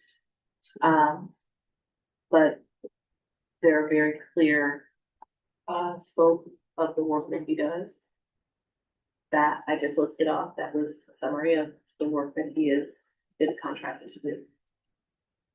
So the COVID piece, I didn't draft this contract. It should not have read with all of the COVID. It should definitely be more reflective of the scope. So the only thing I'm gonna ask is that, Francisco's point, that be revised on there, but also I know I see the active shooter on here. I also see meetings, agendas, fire drills, earthquake, lockdown procedure. but also the site, the district. I realize the school sites have these, but I have yet to see the site plans as far as Sarah campus, Alvarado campus, IT campus, FOC, what their plans are. Because if there's an issue, I mean, in IT, there's 3 doors and a roof access. So is there a plan if there's an emergency out? I believe that we have safety plans for all of our outbuildings outside of our sites. I can confirm that. Thank you. I think. No, there hasn't Okay. been. I can't say that there hasn't been training. Personnel in those buildings. Yeah, yeah, I know for the practice of it, in the FOC and in IT. I haven't done it in the district office, but I did those other 2, but I wanna make sure that there is a plan. If one of you walk into one of those buildings and need to know what the plan is, if something goes down, like last week when there was an incident at FOC, what would have the plan been and what would you have done at that point in time? So the plan, Emergency plans. I'm gonna leave it, but I believe it should be posted in the building itself. Thank you. The Facility Operations Center, or the budget office, payroll. the Marina building. A nice building. Surrounded by charters. The building surrounded by charters. This question I found was. It's both. It's We're like, it was kind of a hybrid. Yeah, yeah. I will say in support of, a number of our secondary site administrators have access to Mr. Booker. As, you know, you may be aware there, unfortunately, sometimes there are incidents around our sports events. And he is very responsive and being a retired law enforcement official, he almost, you know, he definitely knows who to call and they are more responsive sometimes to him than they are to our own people, you know. He understands the language and so that really helps. You're dealing, I think, with law enforcement. So in support of retaining Mr. Booker, especially in light of, I missed the comment about Franco, with my PD, so that would definitely feel some kind of way about that. That he would definitely continue to be an asset. For our administrators, and I believe they see him as such. Did I have a question? And it's more of that question that I've asked for every contract, like, the work is just a position that doesn't have an end date, I think because we're relying so much on this contract. Or are we using this, like, Frederick brought it up and said, how are we using these services to actually build up our own staff?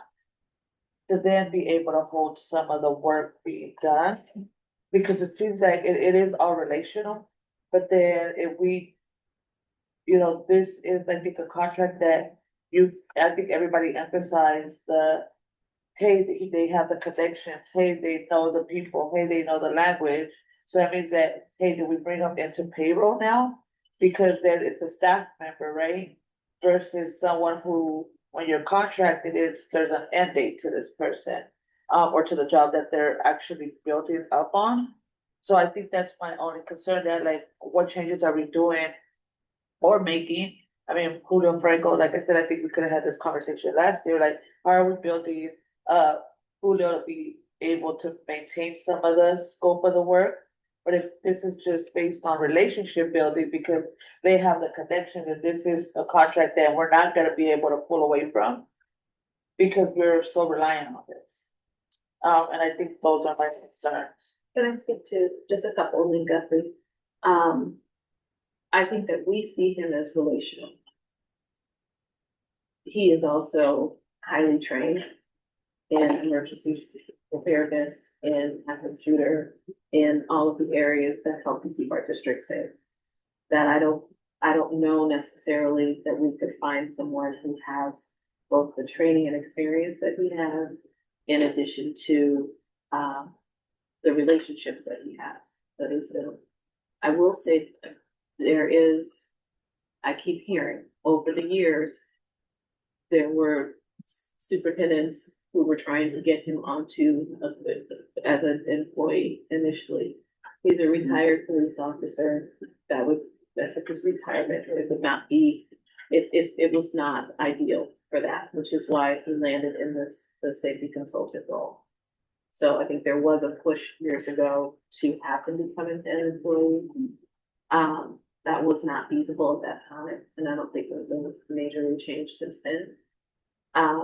But again, it's not, for me, it's not just about relationships, it's about the qualifications that this person brings that you can't, unless they go and do NIMS and ICS training, unless they go and do, very deep training around and have experience around active shooter. Like there's some qualifications that an average principal, an average teacher could not necessarily step into that role. And I think going back to that, I think that's my concern, that we are too rely, like if Booker, God forbid, Booker's gone tomorrow, then what, right?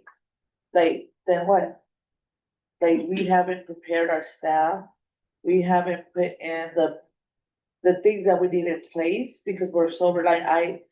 I am not suggesting, the elimination of him or the way he does things, but we are reliant on a person to hold this whole space that might not be here tomorrow.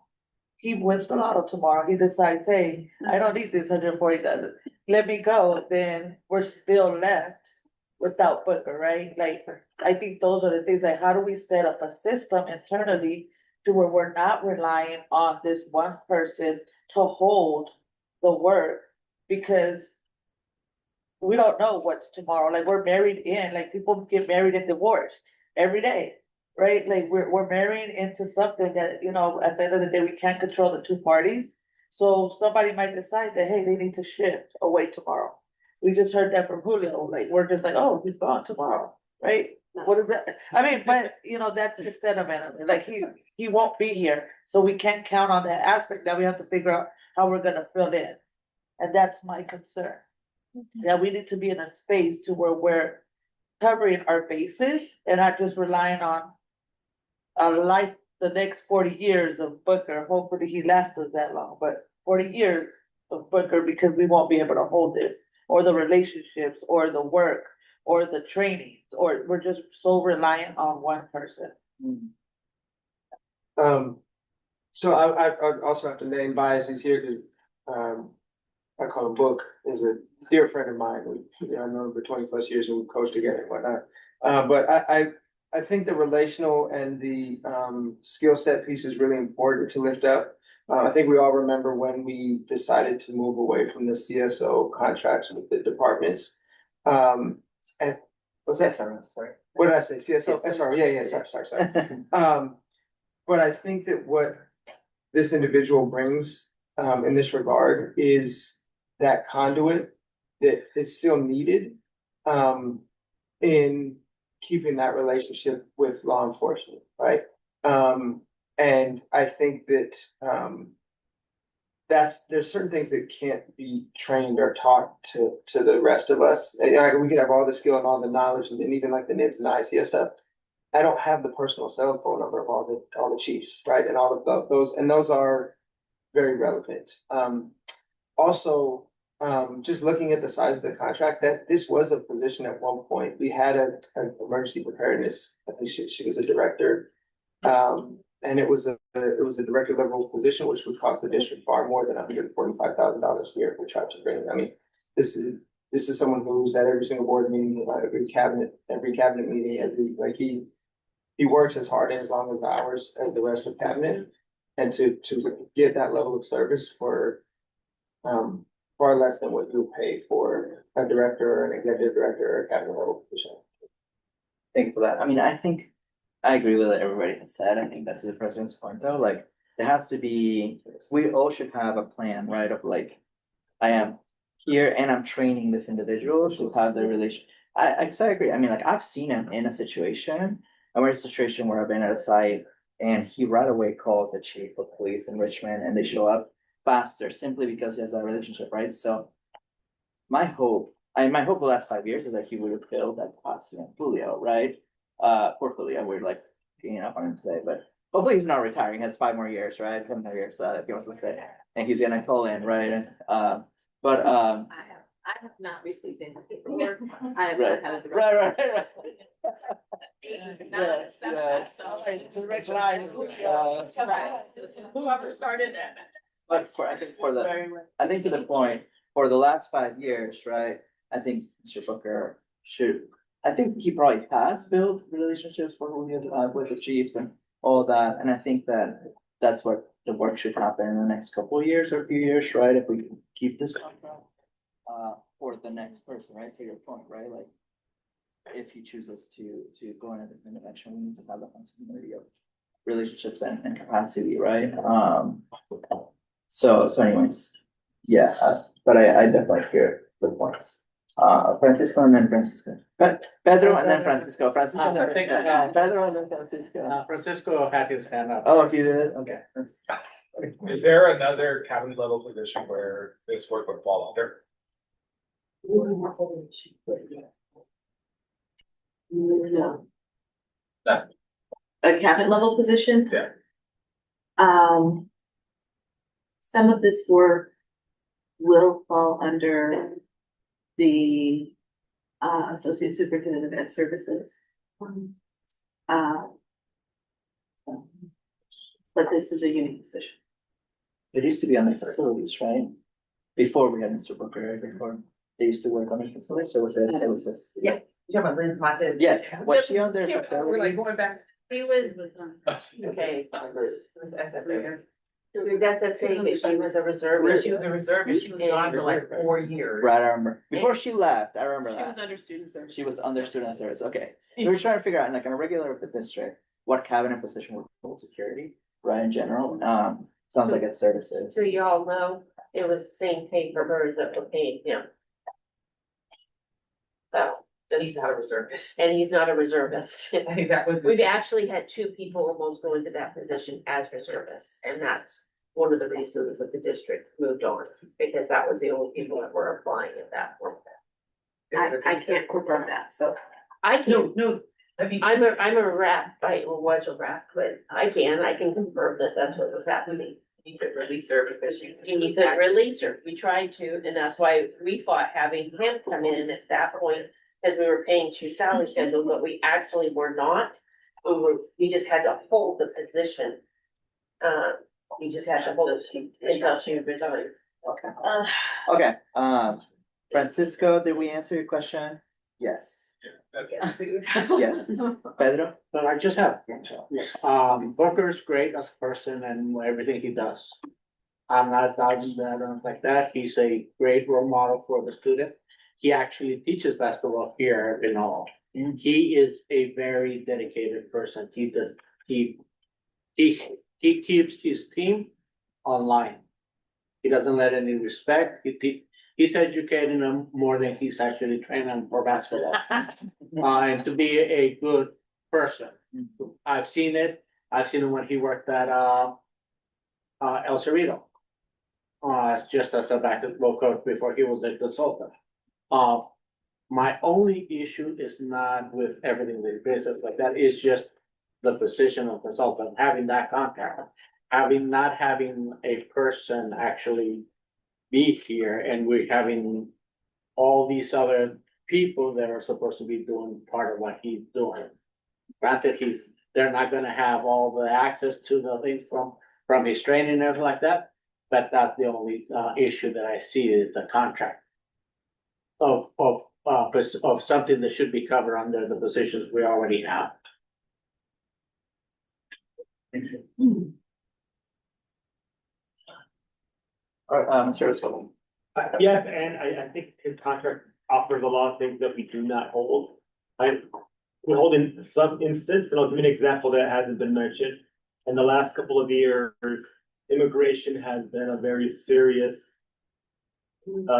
conversation in our community. Yes, my office works with a lot of departments across the state to inform us and families of their rights and next steps. However, Mr. Booker's role has been essential to have that implemented in the actuality outside of our school system, which I do not hold, right? So that partnership in terms of a contract is essential to have that implementation inside and outside of the school, which is a huge value for our students. Thanks, Joe. I mean, I think here in reality, I think we're shifting away from the contract to the person, right?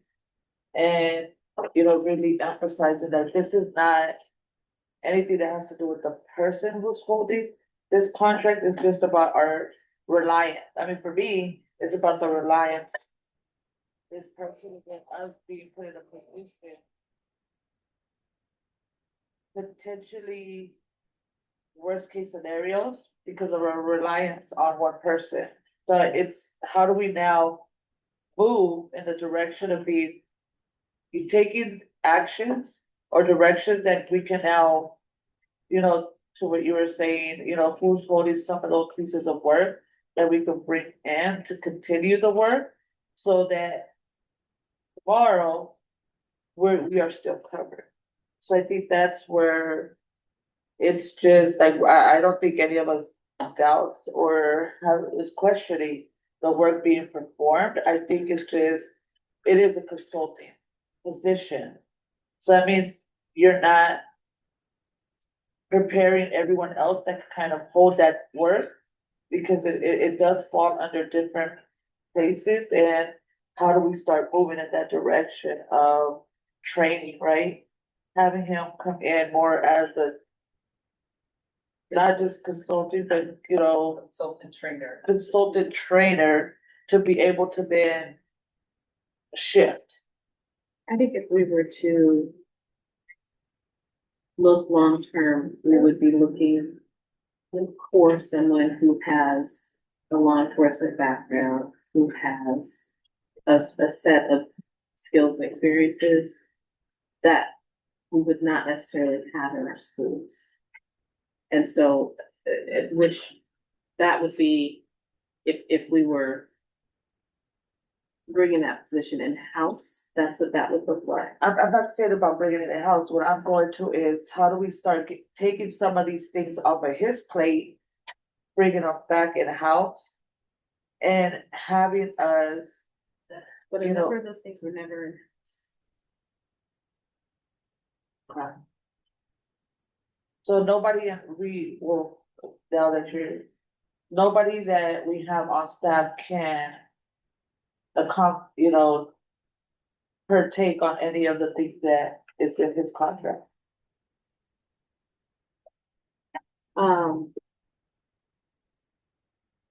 There may be some things. Yes, I know that we did employ Liz Montez Nation. And we've also had contractors in the past that have helped us with our emergency plans, like that. Those things those parts have not been held in-house. Kim? I just wanted to say that we also just had security services. The security services, and that was part of building and working toward building our own security within the district. I think cutting him at this point and would be detrimental to an effect that we're wanting to make, bringing it back, as to your point of bringing it back and having those people rely on those people to do that security and those measures in-house. We're slowly bringing that back. If we keep him for at least one more year, maybe we'll have some of that back in, and then we can do the next piece of training another person. Or maybe we'll get that big chunk of money from somebody in the sky or plant that money tree and be able to pull people in that can do that training and do that work. But at this point in time, we've cut to the bone. Yeah, we have. I mean, we barely have enough at this point. No, and I think maybe I'm not wording it right, cause I don't think, I mean, I think it all falls into place, like you said, we hit that, security point because we're trying to grow. So what does this position now do to support that, right? And how do we have a plan? And that's what I'm going to, how do we have a plan to start shifting some of these things internally so that my fright, like everything, is just what happens tomorrow when this person is not here.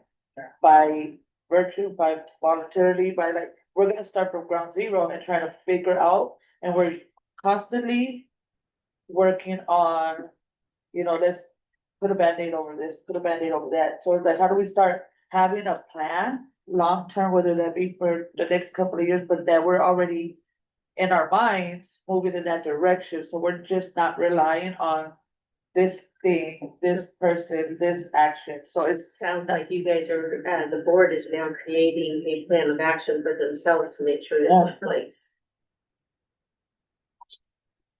Sorry, but I mean, that's kind of where the plan of action is, because that's where you hold accountability at that point to making sure that we have a plan of action that you guys are part of to make sure it goes forward. So that gives you a job to do, not just the people in the district and this person.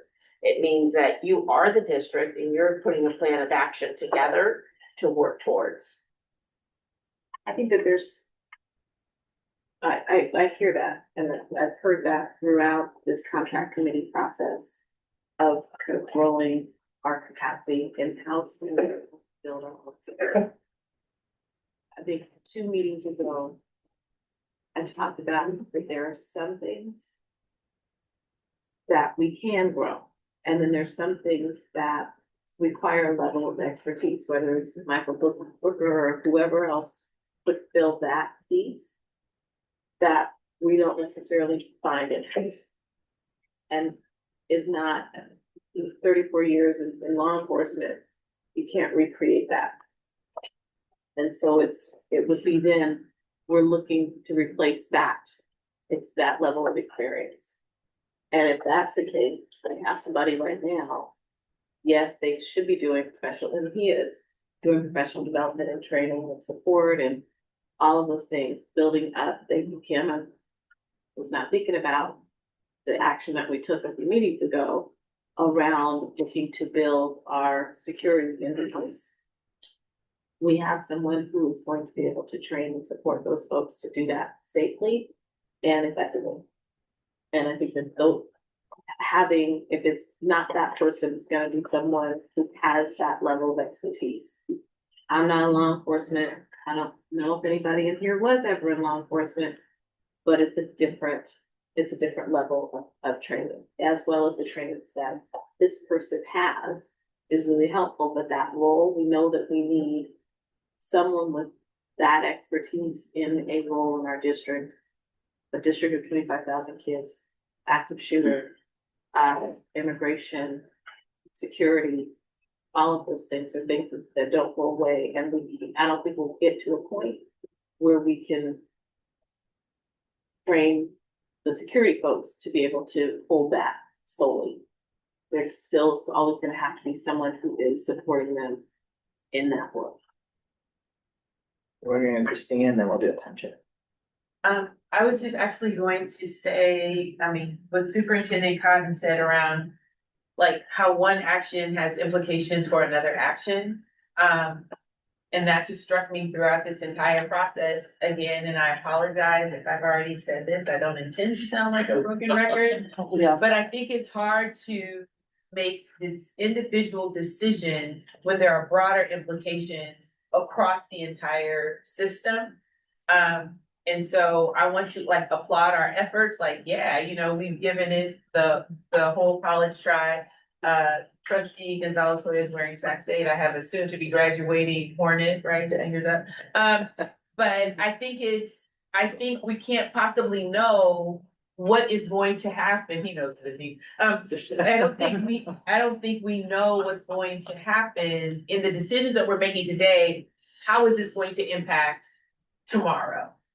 Right. And so I'm hesitant to go, okay, well, let's eliminate this because it looks good and we can save money, but then, you know, next fall, we're at a board meeting under a barrage of public comment around us cutting a position because we've cut a position and something has happened, right? And it's like, you know, we were trying to do the right thing at the time, but our best intentions don't negate the impact. So I just, you know, I wish time is not necessarily on our side, but in being a former teacher, we need like, we need giant posters. Like, what are our buckets? What are the contracts that support these buckets? How do these things work together as opposed to taking them individually and making the decision? That's just a caution.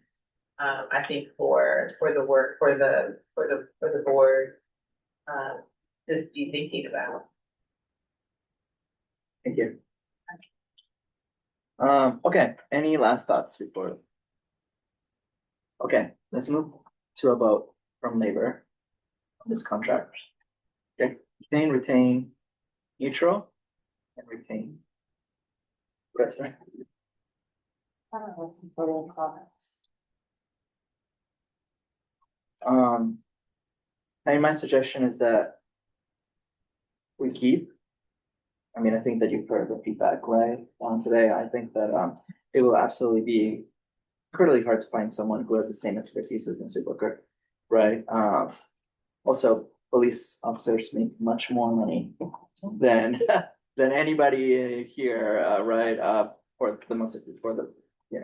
the position.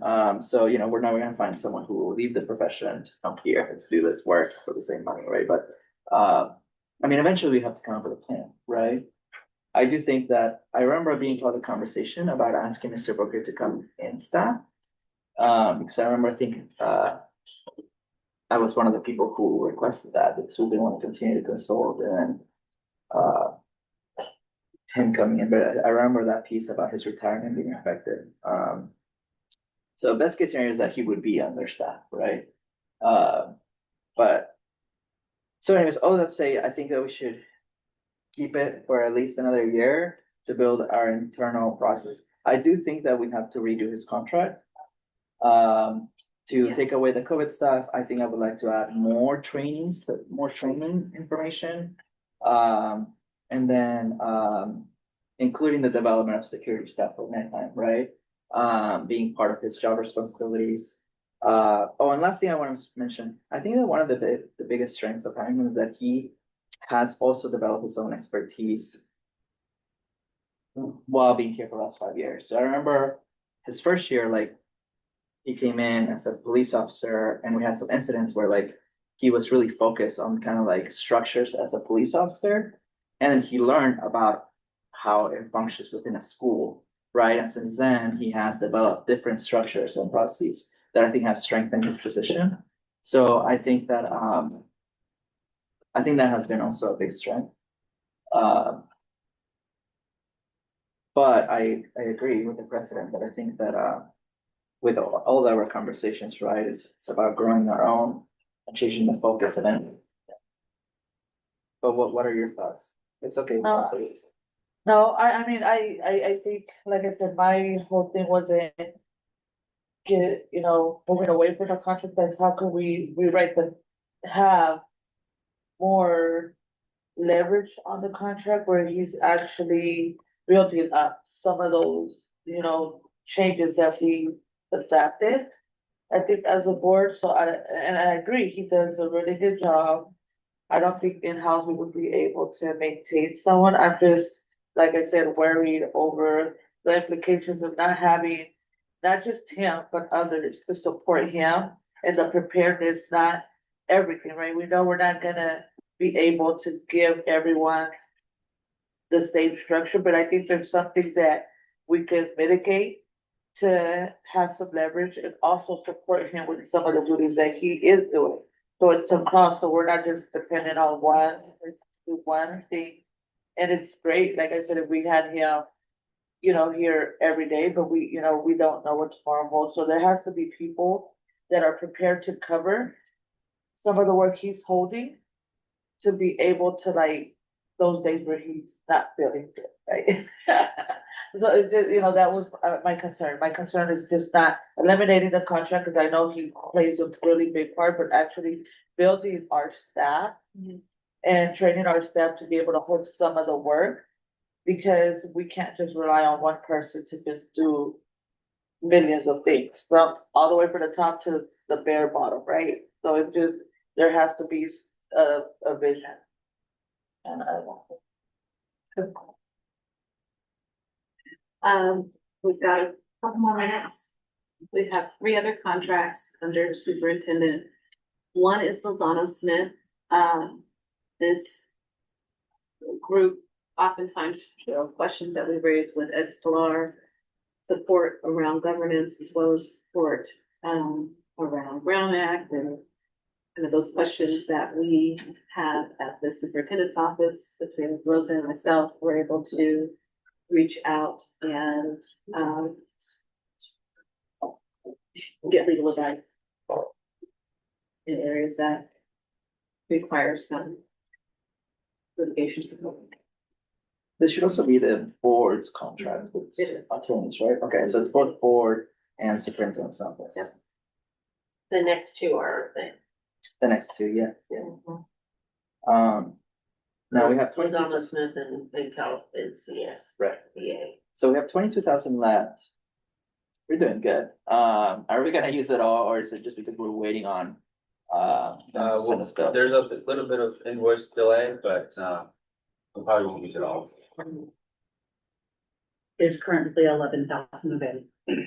So since January, we've spent 11. Month and a half left, 2 months left. For 2 months. Kim? No, I don't know if you remember, Demetria, but we've knocked this down over and over and over again, so that we're down this far at least. Cause it was over 100,000 at one point, and now we've got it all the way down. We had like 120. This is great. Thank you for making that effort. I mean, you're welcome. I'm just kidding. I thought we weren't doing a good job, so it was a nice surprise to see. Okay. This is definitely one we knocked down. Thank you. Definitely. Okay, any other questions or discussion on this? Okay, let's move to the vote. Oh, sorry. I'm Yes. assuming that you want to. I mean, the superintendent and board needs to. Support. Sounds good. Oh. Yeah. That's what I was told to do. Unanimous. We can move to the next. Godby Corporation, this is parcel tax. So we have been working with Godby. They did conduct the survey to get community interest around a parcel tax. We may be going back out again. But this is supporting a parcel tax. Put it on the ballot. Are there any questions? This is a one-time expense, right? Potentially 2 if we go back. Potentially a second one if we need one in June-ish. But, yeah, once it passes, we wouldn't need it for another potentially 8 years. Any questions?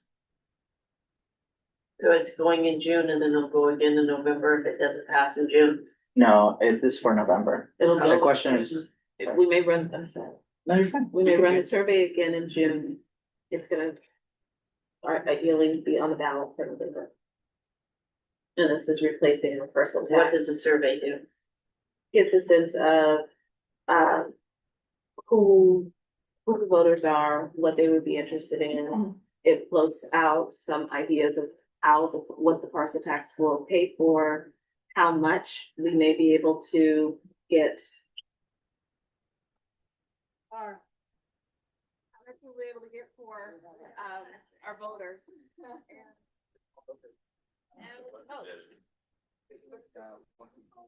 Okay.